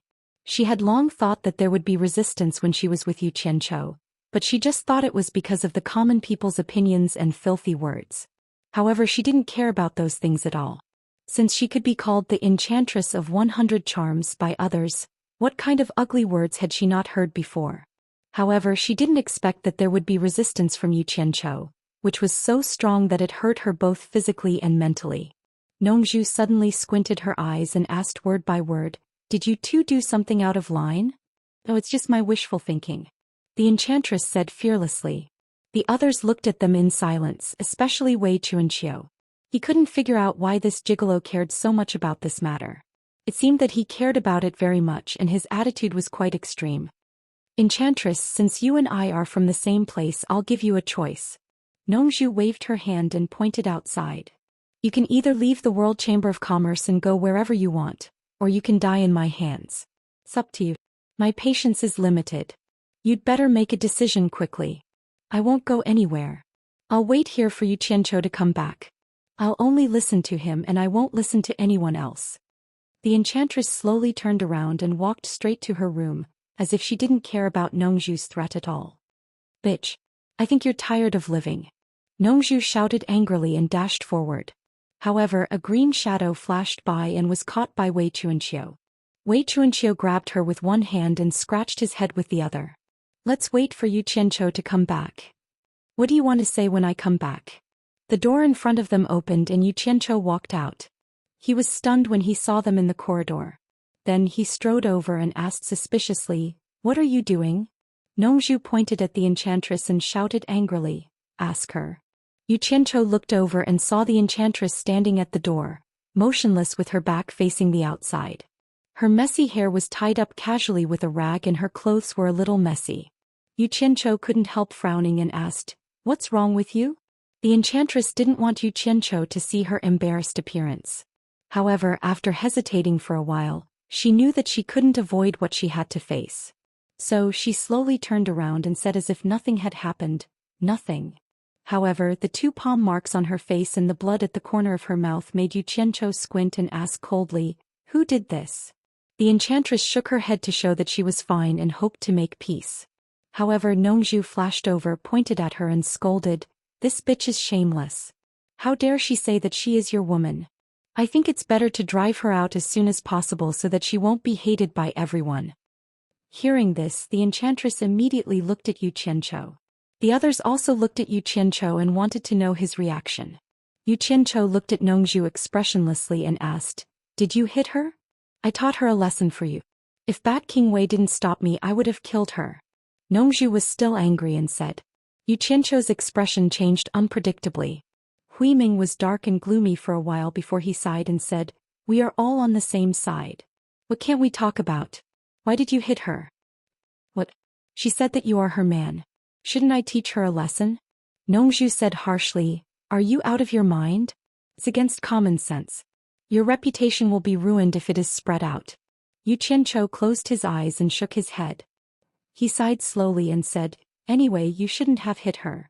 The enchantress, who had always been seductive and confident, quietly turned her head to one side after hearing this. In fact, there were tears in her eyes. She really didn't ask for much. "From what you said, is there really something going on between you two?" Nongzhu said aggressively, "Is it really as she said, that you are her man and she is your woman? Have you already done something out of line?" "Nothing happened between us." Yu Qianzhou stared at Nongzhu fiercely and said, "But I won't allow anyone to hurt her, especially her. You'd better control your emotions. It's none of your business and it won't affect you. I don't want to see you do anything to her. Otherwise, don't blame me for being rude." He clenched his fists tightly in his sleeves. Obviously, he was trying hard to control himself. "Humph. Looks like I was the one who meddled in other people's business." Nongzhu was so angry that she laughed and said, "I only ask you one question. Tell me honestly, is she your woman?" Everyone's gaze was focused on Yu Qianzhou, waiting to see what he would say. Yu Qianzhou's Adam's apple moved and his mouth was dry. He turned his head to look at the enchantress, who was also looking at him, and said word by word, "She is not my woman." Then he suddenly looked at Nongzhu and said, "Are you satisfied now?" Some things were just too powerful. Even if Yu Qianzhou was extremely daring, he still didn't dare to rashly cross them. The enchantress's body stiffened. She bit her lips hard and fresh blood came out from the corner of her mouth. Ever since she made up her mind in the bamboo house, she knew what kind of price she would have to pay. Perhaps it would be a heavy price that she could not bear. Even though she was mentally prepared, she still felt a heart-wrenching pain in her chest when she heard Yu Qianzhou's words. Nongzhu glanced at them and sneered, "Yu Qianzhou, you should have a bottom line. Some things should never be crossed.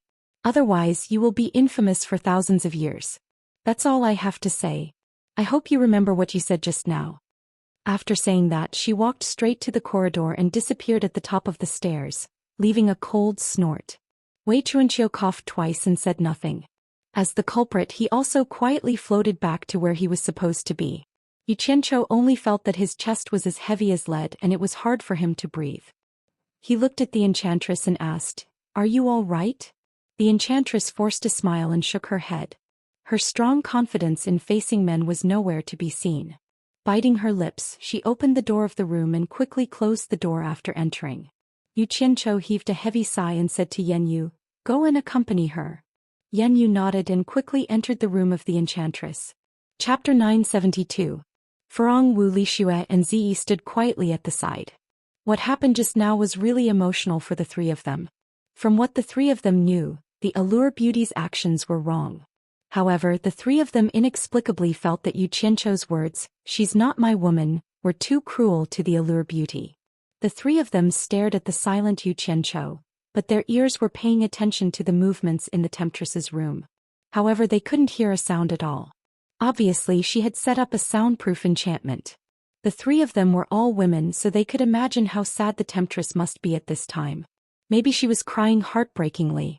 Originally, Wu Lixue was the one who was the most troubled and couldn't understand this matter. It was hard for her to accept the fact that so many women ran out of Yu Qianzhou for no reason. However, after witnessing all this, she realized that she was lucky. Moreover, in this world it was very common for men to have 3 or 4 wives. She even sympathized with the temptress. She couldn't imagine what she would be like if one day Yu Qianzhou said that she wasn't his woman. She was afraid that she would collapse. The other women's thoughts were similar to her. Furong gently walked to Yu Qianzhou's side, held his arm and said softly, "Go in and see her." However, Yu Qianzhou didn't answer the question and smiled bitterly. "I quite admire Yonggua now, or should I say admire Master Jean." Yonggua? Master Jean? The women were suddenly confused. They had never heard of these 2 names, but they were guessing which 2 masters in the immortal world were. Ziyi even asked foolishly, "I heard from my master that the immortal emperor in the immortal world is called Jean Tai. Is the Master Jean you mentioned him?" Yu Qianzhou immediately rolled his eyes and ignored her.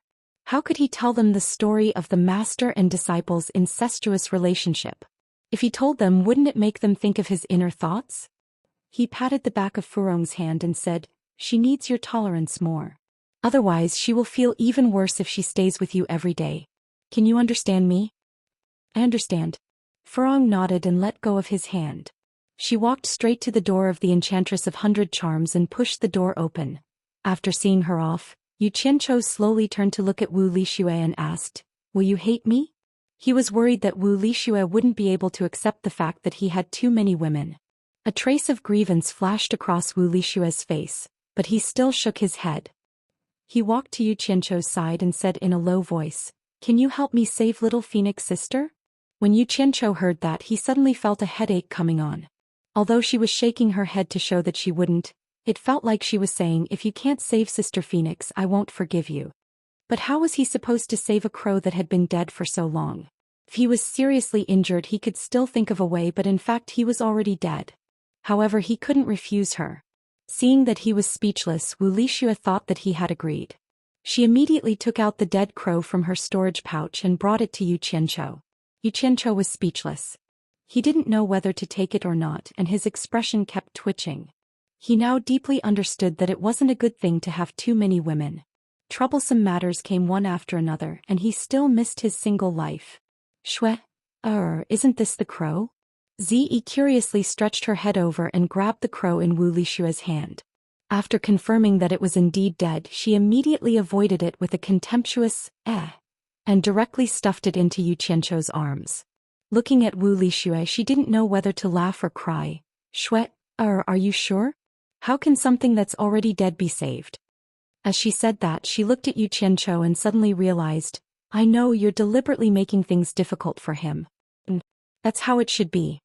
She seemed to be taking pleasure in other people's misfortune. It's not a crow, it's a phoenix. Before it died, it said that Yu Qianchou had a way to save it. When Wu Lixue remembered that the crow had been killed to save her, a look of sorrow immediately appeared on her face. Ziyi looked at the crow in Yu Qianchou's hand in disbelief. You said that it can speak? Yu Qianchou waved his hand at Ziyi, signaling her to shut up. Holding the crow's leg, he asked suspiciously, Shui, did it really say that I could save it? When he remembered that this crow was the famous phoenix from his previous life, he started to believe it a little. If the number one divine bird in the world could be killed so easily, then it wouldn't be called a divine bird. Even he didn't believe it. Wu Lixue nodded with certainty. Before little sister Phoenix died, she desperately told me to find a way to find you. She said that you could save it. I can save it? Yu Qianchou held the crow's leg in one hand and swayed it in front of him. He rubbed his chin and muttered. After thinking for a while, he raised his eyebrows and said, Let's go and give it a try. After saying that, he walked towards a room with the crow's leg. Wu Lixue followed closely behind him. Ziyi naturally wouldn't let go of this opportunity to watch the show. She followed behind the two of them happily. In the room, the crow's corpse was thrown on a table. Yu Qianchou pinched his chin and walked around the table twice. Ziyi also followed behind him like a conman. Wu Lixue looked at Yu Qianchou expectantly. Could it be that it's not completely dead? Yu Qianchou suddenly stopped and subconsciously asked Ziyi who was behind him. Ziyi looked at him as if she was looking at an idiot. She seemed to be saying, It's already dead and you still say that it's not completely dead? Forget it. It's useless to tell you. You don't understand modern medicine. Yu Qianchou said. Then he turned the dead crow over so that its belly was facing the sky. He pressed 2 fingers on the crow's chest and kept pressing. The 2 girls looked at each other. Ziyi suddenly asked Wu Lixue, Shui, your little sister Phoenix is a female? Wu Lixue nodded. Ziyi immediately looked at Yu Qianchou with disgust and said with disdain, It seems that not only are you a big liar, you're also a big pervert. You even took advantage of a female crow. Damn it. Don't talk nonsense if you don't understand. Yu Qianchou said with disdain. After pressing the crow's nipples for a while, he bent over and opened the crow's mouth. He blew hard into the crow's mouth. This idiot was doing artificial respiration like in his previous life. How could he think of this? Ziyi and Wu Lixue looked at him curiously with their mouths open. They had never seen such a treatment method before. They were quite doubtful whether it would work. However, the result was just as the 2 girls expected. After a while, Yu Qianchou realized that the crow was still dead. He finally gave up and stood at the side, shaking his head and sighing. Wu Lixue leaned over and said with a sad face, Yu Qianchou, you must think of a way to save my little sister Phoenix. I really can't think of any way to save it, but there's a way that we can try. I'm just afraid that if we fail, your little sister Phoenix's corpse won't even be found. I'm afraid that you'll blame me then. Yu Qianchou said with a toothache. What is it? Wu Lixue asked worriedly. Yu Qianchou frowned and said, Do you still remember the phoenix's nirvana that I told you about at your house? Legend has it that the phoenix is an immortal bird. Every time it dies, it can be reborn. I just don't know if it's true or not. But didn't the crow say that it can be reborn after going through a tribulation? I think it should be true. But I'm still a little worried. If it can't be reborn after going through the tribulation, even if it doesn't turn into ashes, it will become a roasted crow. You can burn it back to life with fire? Is that true? Is this crow so magical? It's not a crow but a phoenix? Ziyi looked as if she had heard a ridiculous story. She couldn't help but reach out to fiddle with the dead crow on the table. Wu Lixue frowned slightly. She remembered that the crow seemed to have said something about rebirth. She intertwined her fingers together and asked, Should we try? Yu Qianchou immediately shook his head and said, It's yours and you have to decide. What if you burn it down? Wouldn't that make you sad? That's the reason why I haven't done anything yet. I'll listen to you. Shui, since we can't think of any other way, just let him burn it. Ze persuaded Wu Lixue energetically. After all, it wasn't hers, so she was very decisive. Wu Lixue hesitated for a moment, then nodded weakly at Yu Qianqiu, agreeing. In any case, no matter if it was a crow or a phoenix, Yu Qianqiu didn't have a good impression of these dead birds that still tormented people. If they were burned down, so be it. After getting Wu Lixue's agreement, he didn't say anything else and directly grabbed the crow in his palm. A ball of red flames instantly surged out, enveloping the crow and burning it. As soon as the flames appeared, Yu Qianqiu couldn't help but exclaim in surprise. He immediately felt that the dead crow's body was rapidly absorbing the heat from the flames. Wu Lixue and Ziyi looked at each other. They both saw the clues. A normal bird's feather would most likely turn into ashes upon contact with a raging fire. However, this crow's feather was not damaged at all in the raging fire. This was clearly illogical. Wu Lixue's eyes immediately lit up, feeling a glimmer of hope. Tiske, there really is a way. Yu Qianqiu was amazed. He guessed that there really was such a thing as a phoenix undergoing nirvana. The heat released by the ordinary flames in his palm was actually not enough for the bird to absorb. Yu Qianqiu waved his hand towards the window and a gust of wind swept out. The curtains on the window immediately rolled down, and the red flames immediately shone in the room. Just as the curtains were rolled down, the red flames retracted, and the green flames continued to burn the motionless crow in his palm. After the time it took to eat a meal, the crow still did not move. Yu Qianqiu simply couldn't believe it. Even with the huge amount of heat contained in the green flames, there was still no reaction from the crow. He really didn't know how long it would take for it to absorb. Then let's try the purple flames. Yu Qianqiu's eyebrows twitched and the green flames retracted, while the purple flames rose up and enveloped the crow. The beautiful scene of the three colored flames immediately caused Ziyi and Wu Lixue's hearts to flutter. And after the purple flames appeared in just a few breaths' time, Yu Qianqiu immediately felt that the crow in his palm seemed to have a reaction. Chapter 973.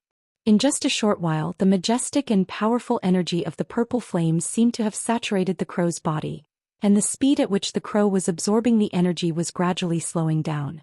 Yu Qianqiu couldn't help but sigh in his heart. The power of the purple flames was indeed far greater than the blue flames, and if he used the blue flames to supply the crow to absorb, he was afraid that it would not be satisfied in a short period of time. Because of this, Yu Qianqiu began to ponder. He reckoned that the legendary phoenix's nirvana was actually the dead phoenix absorbing the energy within the flames, and when the energy was saturated, it should be able to be reborn. It was probably similar to charging the phoenix, and thinking about it, using fire to burn the phoenix was most likely the same. It really was an advanced divine bird and had already reached the level of high technology in his previous world. At this moment, Wu Lixue and Ziyi both let out a surprised sound.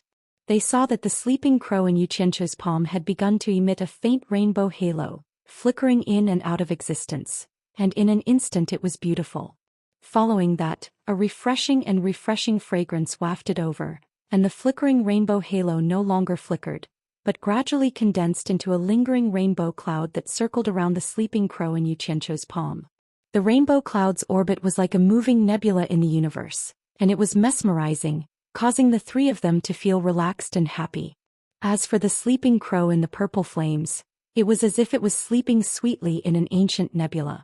Its originally stiff legs were now gently retracting under its abdomen, and its stiff head had also returned to its shoulder feathers. Unknowingly, it had gone from lying on its side to nesting in Yu Qianqiu's palm, like a tired bird returning to its nest, sleeping under the starry sky, its demeanor unusually peaceful. Just as the fragrance was getting stronger and stronger, the heartwarming fragrance was suddenly sucked away from their nostrils. The three of them subconsciously stretched out their heads to chase after it and took a deep breath. However, the fragrance was so resolute that it did not leave even the slightest trace behind.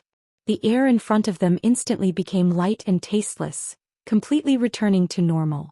The seven-colored cloud that had gradually spread out to cover half of the space in the room was also gradually shrinking. In the end, it was the size of a dinosaur egg forming a seven-colored eggshell. The gorgeous flowing light was so beautiful that people didn't dare to breathe. After the rainbow-colored eggshell was formed, it completely blocked the vision of the three of them, and they could no longer see the sleeping crow inside. At the same time, The rainbow-colored eggshell also completely blocked the absorption of the purple flames. Yu Qianzhou let out a sigh of relief, feeling that his mission should be completed, and he quickly retracted the purple flames back into his body. In an instant the purple light in the room disappeared, and Yu Qianzhou held the rainbow-colored eggshell with one hand, illuminating the entire room in a strange and dazzling light, as if they were in a dream.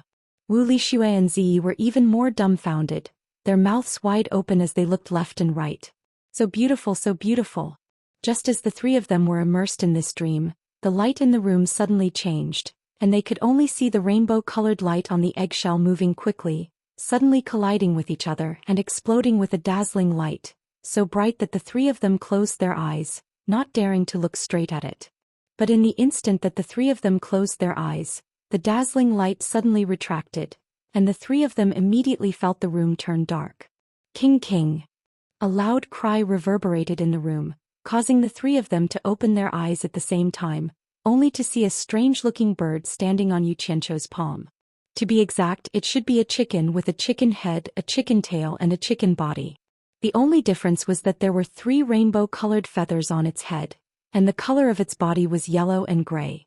Calling it a chicken didn't seem like it. Pheasant! Yu Qianzhou cried out involuntarily, and then he was dumbfounded. He couldn't help but wonder if it was because he often roasted pheasants, and in the end turned the crow into the appearance of a pheasant. That would be a sin, but he didn't seem to have thought about roasting a pheasant just now, right? Pheasant! After being reminded by Yu Qianzhou, Wu Lixue and Ziyi also cried out involuntarily. If this wasn't a pheasant, then what was it? Both of them had seen pheasants before, especially Ziyi. In order to practice the fowl show, she asked Nongzhu to catch many pheasants for her to observe. Although most of them were eaten by Nongzhu in the end, it didn't stop her from recognizing pheasants. Just as the pheasant let out a loud king-king sound, Wei Chuanqiu, who was sitting cross-legged, suddenly trembled. He suddenly opened his eyes and looked at the other side of the corridor. Yun Peng, who was standing on the rooftop, also trembled and quickly disappeared. In the blink of an eye, he appeared beside Wei Chuanqiu and said with a serious expression, "Did you hear what just now?" Wei Chuanqiu slowly stood up and looked at Yun Peng. Yun Peng had heard it from outside, so he naturally heard it even more clearly from here. This sound wasn't loud, but when it entered their ears, it actually made their bodies weak and made them want to worship it. This was the first time they had such a feeling, and it was really too strange. It seems to be the cry of something? Wei Chuanqiu looked at Yun Peng in bewilderment. She asked herself in her heart, what kind of cry could make her heart tremble? What kind of cry? Yun Peng's white sword-like eyebrows knitted together, and he slowly muttered to himself, what kind of thing can make the cry of gold and jade? Many years ago I heard from my late father that in ancient times, there was a divine beast phoenix that descended from the god realm to the immortal realm. The cry it made was like the resonance of gold and jade, sonorous and mellow. Could it be the cry of a phoenix? Phoenix? Are you kidding me? There must be something wrong with your brain. The divine beast phoenix is a supreme imperial family with the noblest bloodline among us birds. It doesn't drink unless it's morning dew, it doesn't eat unless it's tender bamboo, and it doesn't rest unless it's 1,000-year-old Chinese parasol tree. Wei Chuanqiu looked like she had heard the funniest joke. She pointed around and said, "You can't be saying that a phoenix would run to the World Chamber of Commerce founded by Yu Qianzhou, right? Then isn't this phoenix a bit too blind? It really doesn't live up to its title of phoenix." "I'm just saying." Yun Peng changed his mind and said, "But this cry is indeed a bit strange. It's a phoenix, I'll chop off its head and give it to you." Wei Chuanqiu snorted and looked to the other side, saying, "It must be Yu Qianzhou doing something again. Let's go take a look." The two of them then dashed over in a flash.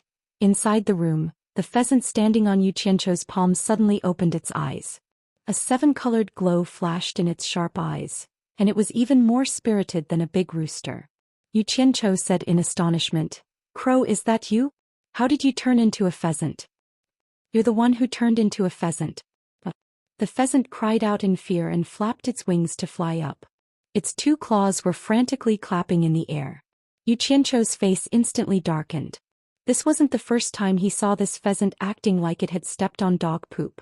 He had been humiliated like this in the Wu clan, but it was just a crow at that time. But this action undoubtedly proved that this pheasant in front of him was the crow of the past. This pheasant can talk. Z looked at Wu Lixue and said in astonishment, Shui, this pheasant is that crow of yours. Shut up. I'm not a pheasant. The pheasant flapped its wings and arrived in front of Z. It spoke in a clear and melodious voice. I don't drink unless it's morning dew, I don't eat unless it's tender bamboo, and I don't perch unless it's 1,000-year-old parasol tree. I am a phoenix. Wu Lixue had heard these words more than once in the Wu clan. Back then, in order to correct Wu Lixue's bad habit of calling herself a crow, Crow had repeatedly warned Wu Lixue about these words. Wu Lixue, who was at the side, immediately applauded and cheered, Little Sister Phoenix, you really came back to life. Big Sister Shui. The pheasant was also pleasantly surprised. It seemed to have tears in its eyes as it landed on Wu Lixue's shoulder. It hugged Wu Lixue's neck and whimpered, That evil person didn't hurt you, right? No. A beautiful woman and a pheasant gave off a strange feeling as if they had just escaped from death and met again. They were being overly sentimental. Zi immediately clicked her tongue and walked to Wu Lixue's side. She looked at the pheasant that could talk with curiosity. At this moment the room's door was suddenly pushed open. Wei Chuanqiu and Yun Ping stood side by side at the door. Their gazes swept across the room and locked onto Wu Lixue's shoulder. They had heard the conversation clearly from outside. They actually heard someone claiming to be a phoenix. The two of them were shocked and immediately opened the door to verify the situation. However, when they saw the pheasant on Wu Lixue's shoulder, they were a little confused. After all, they had never seen a phoenix before. They had only heard the legends of phoenixes.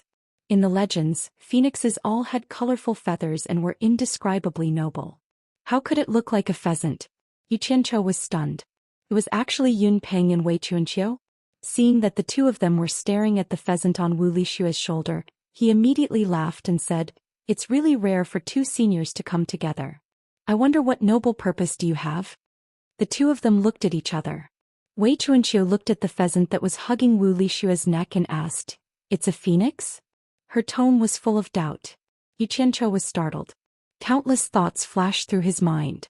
He immediately said perfunctorily, You heard it yawn like a toad.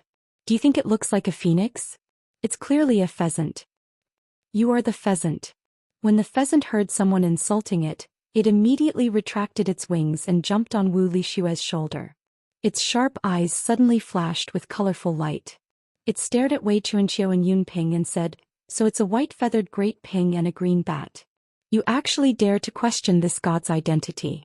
How dare you? Unexpectedly, Wu Lixue grabbed it and directly held it on his waist.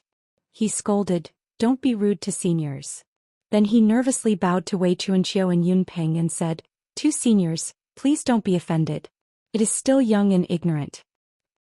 Let me go. This god's bloodline is noble. I am a supreme royal among the birds. How can I bow to them?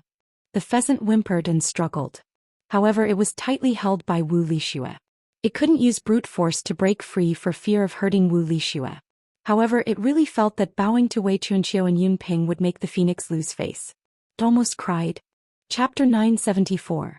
Yu Qianqiu saw some clues from the increasingly shocked expressions of Yun Ping and Wei Chuanqiu.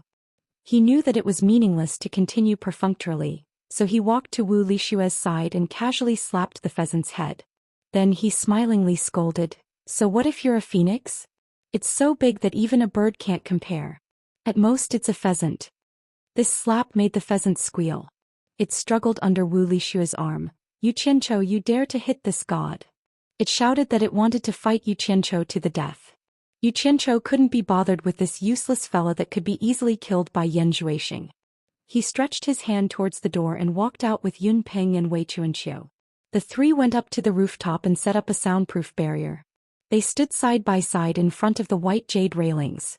Yun Peng and Wei Chuanqiu stood on the left and right of Yu Qianqiu. Yu Qianqiu glanced around and looked into the distance. He wasn't in a hurry to speak. If they had any questions they would ask him. The two early-stage Immortal Emperor experts were still shocked by the phoenix's roar. Although they didn't see the phoenix's sacred art with their own eyes, they were sure that the pheasant was a phoenix. The king sound they heard at first was the most powerful evidence. Secondly, it was rumored that after a phoenix hatched from its shell, it could speak the human language. This wasn't something that other beasts could compare with. It represented the extremely superior noble bloodline of a mythological beast. From the clear female voice it let out, it was clear that it was still a young phoenix. There was still a long way to go before it could become a truly majestic and noble phoenix. It still needed to grow. But even though it was still a young phoenix, the shock it brought to the two was indescribable. When the two came back to their senses, they felt their mouths were dry. Wei Chuanqiu slowly turned around and looked at Yu Qianqiu like he was a monster. Just now, this fella had casually slapped the phoenix like he was bullying a wimpy kid. For these winged fellows, there were probably not many who dared to do so. And that girl, she actually held the phoenix under her arm like she was holding a chicken. What was wrong with this world? Could it be that the phoenix had no place in their eyes? However, what Wei Chuanqiu couldn't figure out the most was that the phoenix was a divine beast that lived in the immortal realm. If it wanted to descend to the immortal realm, it should be a real adult phoenix. Why did a young phoenix appear, and why did it fall into this brat's hands? It was simply unimaginable. Yun Peng, who had also turned around, had the same thoughts. Yu Qianqiu, tell us honestly, where did you get this baby phoenix from? Wei Chuanqiu held it in for a long time before saying this. I just happened to pick it up. Yu Qianqiu shrugged disapprovingly. You happened to pick it up? Wei Chuanqiu and Yun Peng lost their voices at the same time. Yun Peng, who had always been calm, couldn't bear to listen any longer. His white sword-like eyebrows flew up as he coldly snorted. Yu Qianqiu, it seems like the two of us are nothing in your eyes. Do you think we're 3 years old? He just happened to pick up a phoenix. Then when did you happen to pick up a divine dragon for us to see? Yu Qianqiu looked at Yun Peng blankly and thought to himself, you really don't want to mess with this daddy. This daddy really did happen to meet a divine dragon, but the other party was a bit too scary, so it really wasn't easy to pick it up. If there's a chance, I'll take it out and let you have a good look. As long as you don't be afraid, it's fine. In any case, this daddy was scared shitless at that time and still doesn't dare to see it a second time. Looking at the two's expressions, he knew that if he didn't give a complete reason, he was afraid that they would be at odds with him. He shook his head, made a big circle with his hands and said with a bitter smile, to be exact, at the beginning I only picked up an egg. It was a very strange egg that could even glow, and it was about this big. Before, I didn't know that there was a phoenix inside. Even if it hatched, I didn't know that it was a phoenix. After all, I've never seen a phoenix before. It was that pheasant's mouth that was very cheap, and it kept chirping that it was some divine bird phoenix.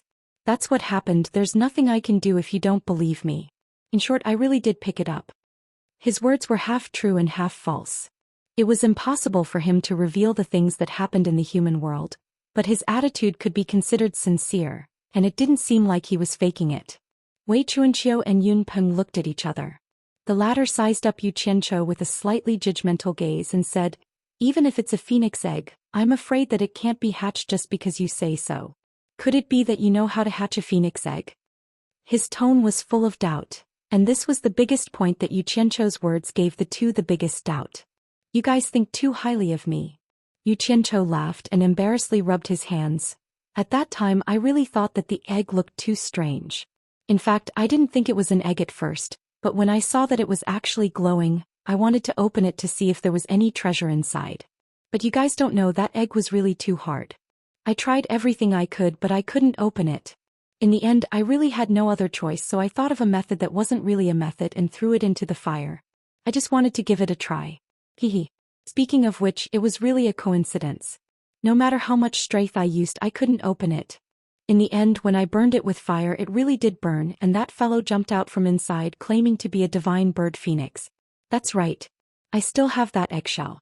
Without hesitation, Yu Qianqiu immediately took out 2 pieces of the phoenix eggshell that he had collected, and handed them to the two. In order to win their trust, it could be said that he didn't hold anything back. This was also an action that couldn't be helped. After all, at the moment, these 2 fellows were the only gold medal fighters that he could bring out. The slightly protruding surface of the eggshell was pitch black, and the slightly concave inside carried a brilliant silver splendor. It was very beautiful. The two held the item in their hands and examined it slightly. Immediately, their expressions were filled with fear. The two of them felt an awe-inspiring majesty from the eggshell. Humans might not be able to discover anything, but to the two of them, they had the feeling of wanting to pry into the secrets of the royal family, only to be met with a severe warning. The majesty directly shocked the two of them. All of the doubts in the two's hearts immediately disappeared. They were completely sure that this was the phoenix eggshell, so what Yu Qianzhou said to them was naturally also true. To be able to reveal such a matter that shouldn't be spoken of lightly to others, the way the two looked at Yu Qianzhou quietly changed. Good stuff. Wei Chuanqiu looked at the eggshell in her hand in amazement. Then she looked at Yunpeng and said, Yunpeng, if I'm not wrong, this thing should be of great benefit to you. Yunpeng silently nodded but still returned it to Yu Qianzhou's hand. Yunpeng, if I'm not wrong, this thing should be of great benefit to you. This was the first time Yu Qianzhou saw Yunpeng reveal a gaze filled with reluctance and desire towards something. He asked with some curiosity, Senior Yun, why don't you tell me what benefit this thing has to you? Yunpeng tried his best to shift his gaze away from the eggshell. He knew in his heart that if this eggshell was in the hands of someone else, he was afraid that he would go all out to snatch it because this thing was too precious to him. However, he was still the man of Wei Chunqiu's adopted daughter, so he couldn't bring himself to do such a thing. Seeing that he didn't want to say anything, Yu Qianzhou looked at Wei Chunqiu suspiciously. Wei Chunqiu looked at the eggshell in her hand thoughtfully for a while, then suddenly frowned and said, Phoenix egg. Phoenix egg. I seem to have heard of a legend a long time ago, but it's too long ago I can't remember, but it seems... I remember. Wei Chunqiu suddenly stared at Yunpeng and asked, could it be the legendary phoenix true blood? Yunpeng slowly turned his head, his eyes revealing a strange expression, and nodded vigorously. Wei Chunqiu suddenly came to a realization and said, I understand, I finally understand, this thing is indeed of great benefit to you. Phoenix true blood? Yu Qianzhou's heart itched when he heard this and pulled on Wei Chunqiu's big sleeve and said, Bat King Wei, what is phoenix true blood? Wei Chunqiu looked at him and seemed to be a little hesitant, as if considering whether to tell him or not. But looking at the eggshell in her hand and then looking at Yunpeng, she finally organized her thoughts and said in a deep voice, according to legend, the divine beasts of the god realm are the dragon and the phoenix, the beast sovereign and the bird sovereign. To be able to become a sovereign, there is naturally something extraordinary that cannot be compared. According to legend, the phoenix will experience 9 tribulations, bathing in the flames of nirvana 9 times, and every time it successfully goes through a tribulation, its cultivation will become stronger. Can be said to be a kind of evolution in the midst of death, and it is very miraculous. However, phoenix true blood is not something that can be found in every phoenix. Only the blood of a phoenix that has experienced 9 tribulations is qualified to be called phoenix true blood, and only such a phoenix has the chance to give birth to a phoenix egg. Yu Qianzhou was startled and looked at the eggshell in his hand and said, then the connection between the two is? Very simple. Wei Chuanqiu said with a serious expression, phoenixes are born to experience 9 tribulations, and can be said to have experienced many disasters before they can ascend to the position of sovereign, and make all birds submit to them. Legend has it that when a phoenix lays an egg, it thinks of the many disasters that will befall its children in the future, and its heart is filled with grief, so it weeps blood and cries in sorrow. There seems to be a saying called phoenix weeps blood. In short, this means that when a phoenix lays an egg, the eggshell will be stained with phoenix true blood. With your intelligence, you should understand what I mean. Yu Qianzhou made an "oh" sound and shook the eggshell in his hand as he nodded repeatedly and said, what you mean is that this eggshell is stained with phoenix true blood, and this phoenix true blood is very beneficial to Senior Yun. At least you are smart.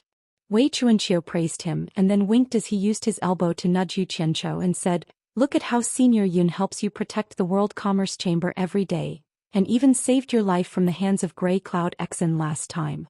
Even if he doesn't have meritorious service, he has worked hard. Shouldn't you show some appreciation? The meaning of these words was very clear. It was nothing more than asking Yu Qianzhou to give this phoenix eggshell to Yunpeng. When these words came out, Ren Yunpeng, who was usually very calm, couldn't help but tremble slightly. He turned his head and didn't dare to look at Yu Qianzhou. Presumably, the heart in his chest was beating non-stop. Chapter 975. No problem.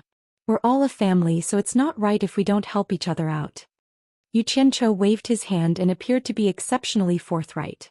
Yunpeng's body trembled as he turned around with an excited expression. He was preparing what words of gratitude he should say after Yu Qianzhou gave the item to him. Wei Chuanqiu laughed heartily as he patted Yu Qianzhou's shoulder and said to Yunpeng, old bird, how is it? I didn't misjudge you, did I? You followed me, didn't you? You didn't think you'd encounter such a great opportunity, did you? However, he was happy a bit too early. The item was said to be so precious that it could move Yunpeng's heart. With Yu Qianzhou's personality, it really wasn't in line with his personality if he carelessly gave it away.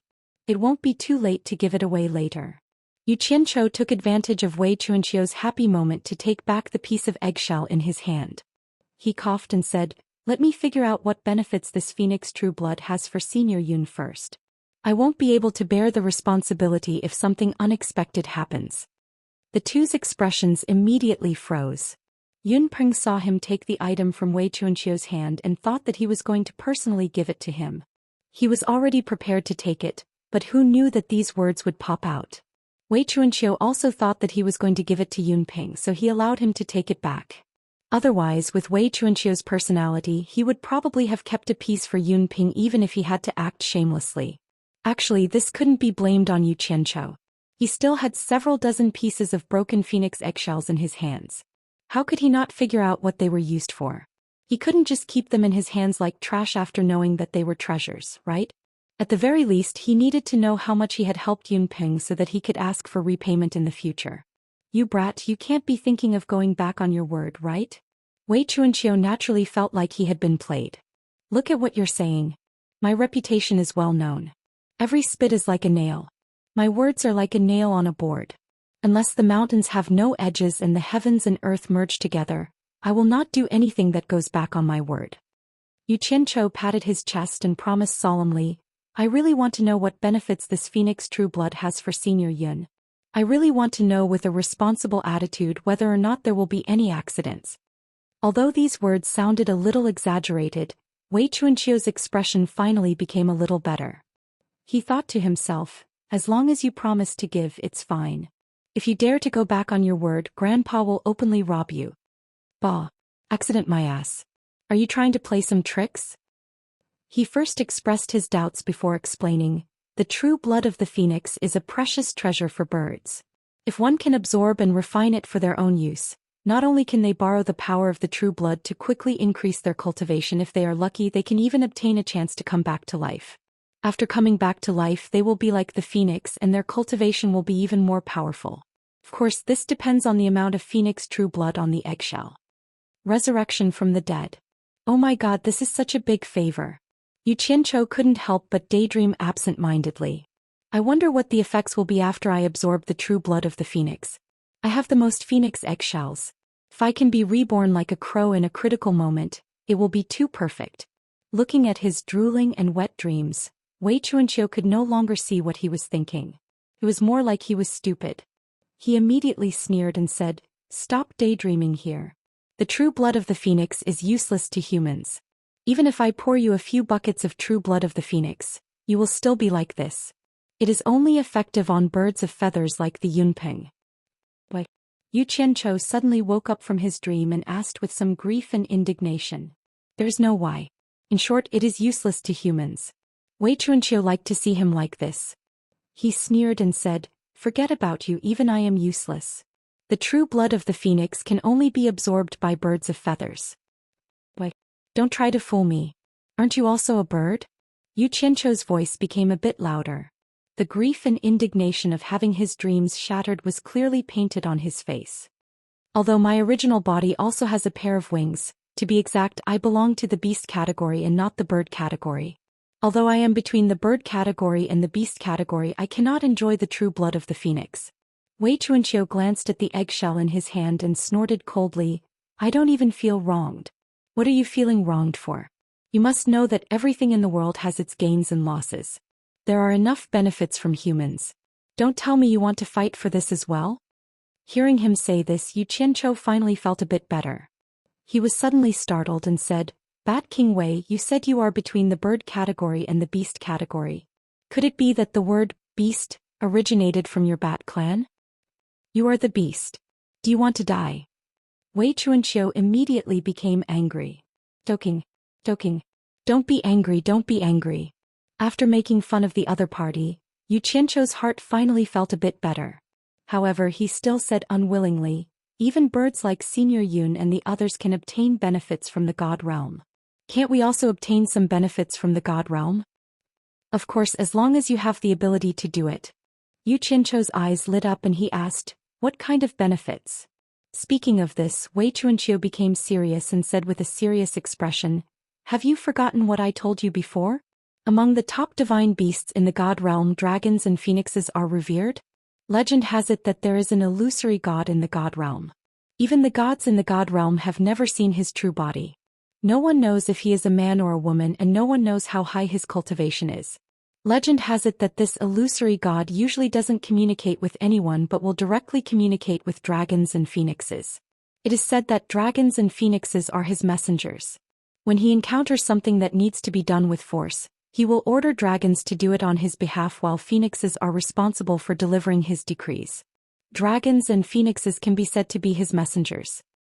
So awesome. You dare to play tricks in front of all living beings in the god realm. You're really amazing. Yu Qianqiu was stunned for a while and then he came to a realization. This matter is too far away. What does it have to do with the benefits you told me? Of course it has something to do with it. Your benefits are in the body of the dragon who is in charge of war. Wei Chuanqiu laughed and said, phoenixes have phoenix true blood. Dragons also have coiling dragon true blood. The so-called coiling dragon has the meaning of occupying the land and overlooking all living beings. It represents the supreme of the dragon race. Ordinary dragons don't dare to be crowned with the title of coiling dragon. Its rank is equivalent to that of a phoenix that has gone through 9 tribulations. As long as you find the coiling dragon that is like a 9 tribulations phoenix, capture it and release some coiling dragon true blood, then smear it on your whole body to ensure that the toughness of your skin is unparalleled in the world. I reckon that the treasures in the immortal world won't be able to harm you at all. This benefit is not bad, right? TSK. If the coiling dragon true blood really has this benefit, then it is indeed very good. Yu Qianqiu suddenly reacted after a moment of relaxation. He said with a dark face, Old bat, are you playing with me? Just think about it, the 9 tribulations phoenix was already very powerful. The martial envoy coiling dragon who was in charge of war was naturally even more amazing. If he had the ability to capture the coiling dragon and release his blood, then wouldn't he be able to do whatever he wanted in the immortal world? Even immortal Emperor Jin Tai wouldn't be a problem. There would be no need to go through so much trouble. What are you playing with? This is an ancient legend that I heard by chance from an elder. Ordinary people don't have the opportunity to hear it even if they want to. I'm telling you for free is already letting you off easy.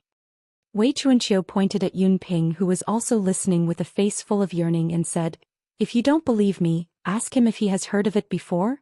Yu Qianqiu looked at Yun Peng suspiciously. Yun Peng was startled for a moment before shaking his head at Yu Qianqiu.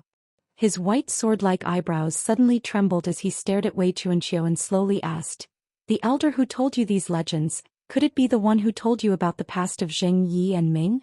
Wei Chuanqiu was startled for a moment before he nodded with a respectful expression and said, I was really lucky to meet him and hear some stories from him. He said with a sigh as if he was very nostalgic. Seeing the two talking so mysteriously, Yu Qianqiu's curiosity was piqued again. When he heard the story of Tai Shu Zheng demon god Yi and the woman named Ming from Wei Chuanqiu's mouth, he once suspected something. Although immortal Emperor Jin Tai had ruled the immortal world for countless years, the era of Zheng Yi and Ming was long before Jin Tai. Almost no one in the immortal world knew about such a long time ago, but the elder Wei Chuanqiu spoke of was able to know the secrets of Zheng Yi and Ming. Obviously he was not an ordinary person. Bat King Wei, who is this elder you're talking about? Yu Qianqiu curiously asked. However, after Wei Chuanqiu and Yun Peng looked at each other, they seemed to be a bit secretive and didn't say anything. The more it was like this, the more Yu Qianqiu's heart itched. He immediately threw the matter of being tricked to the back of his mind and pulled Wei Chuanqiu's sleeve like a child asking for candy. He chuckled and said, we are all family, what is there to hide? If it's really inconvenient to say it, I won't force you. Why don't you find an opportunity to introduce me to this elder? Let me see the elegant demeanor of this senior. He still liked to walk the path of the higher-ups. Don't always pull and pull, okay? Wei Chuanqiu pulled back her sleeve from Yu Qianqiu's hand and waved her hand with a dignified expression. Don't ask me this again in the future. This elder is not someone you can meet just because you want to. Everything depends on fate.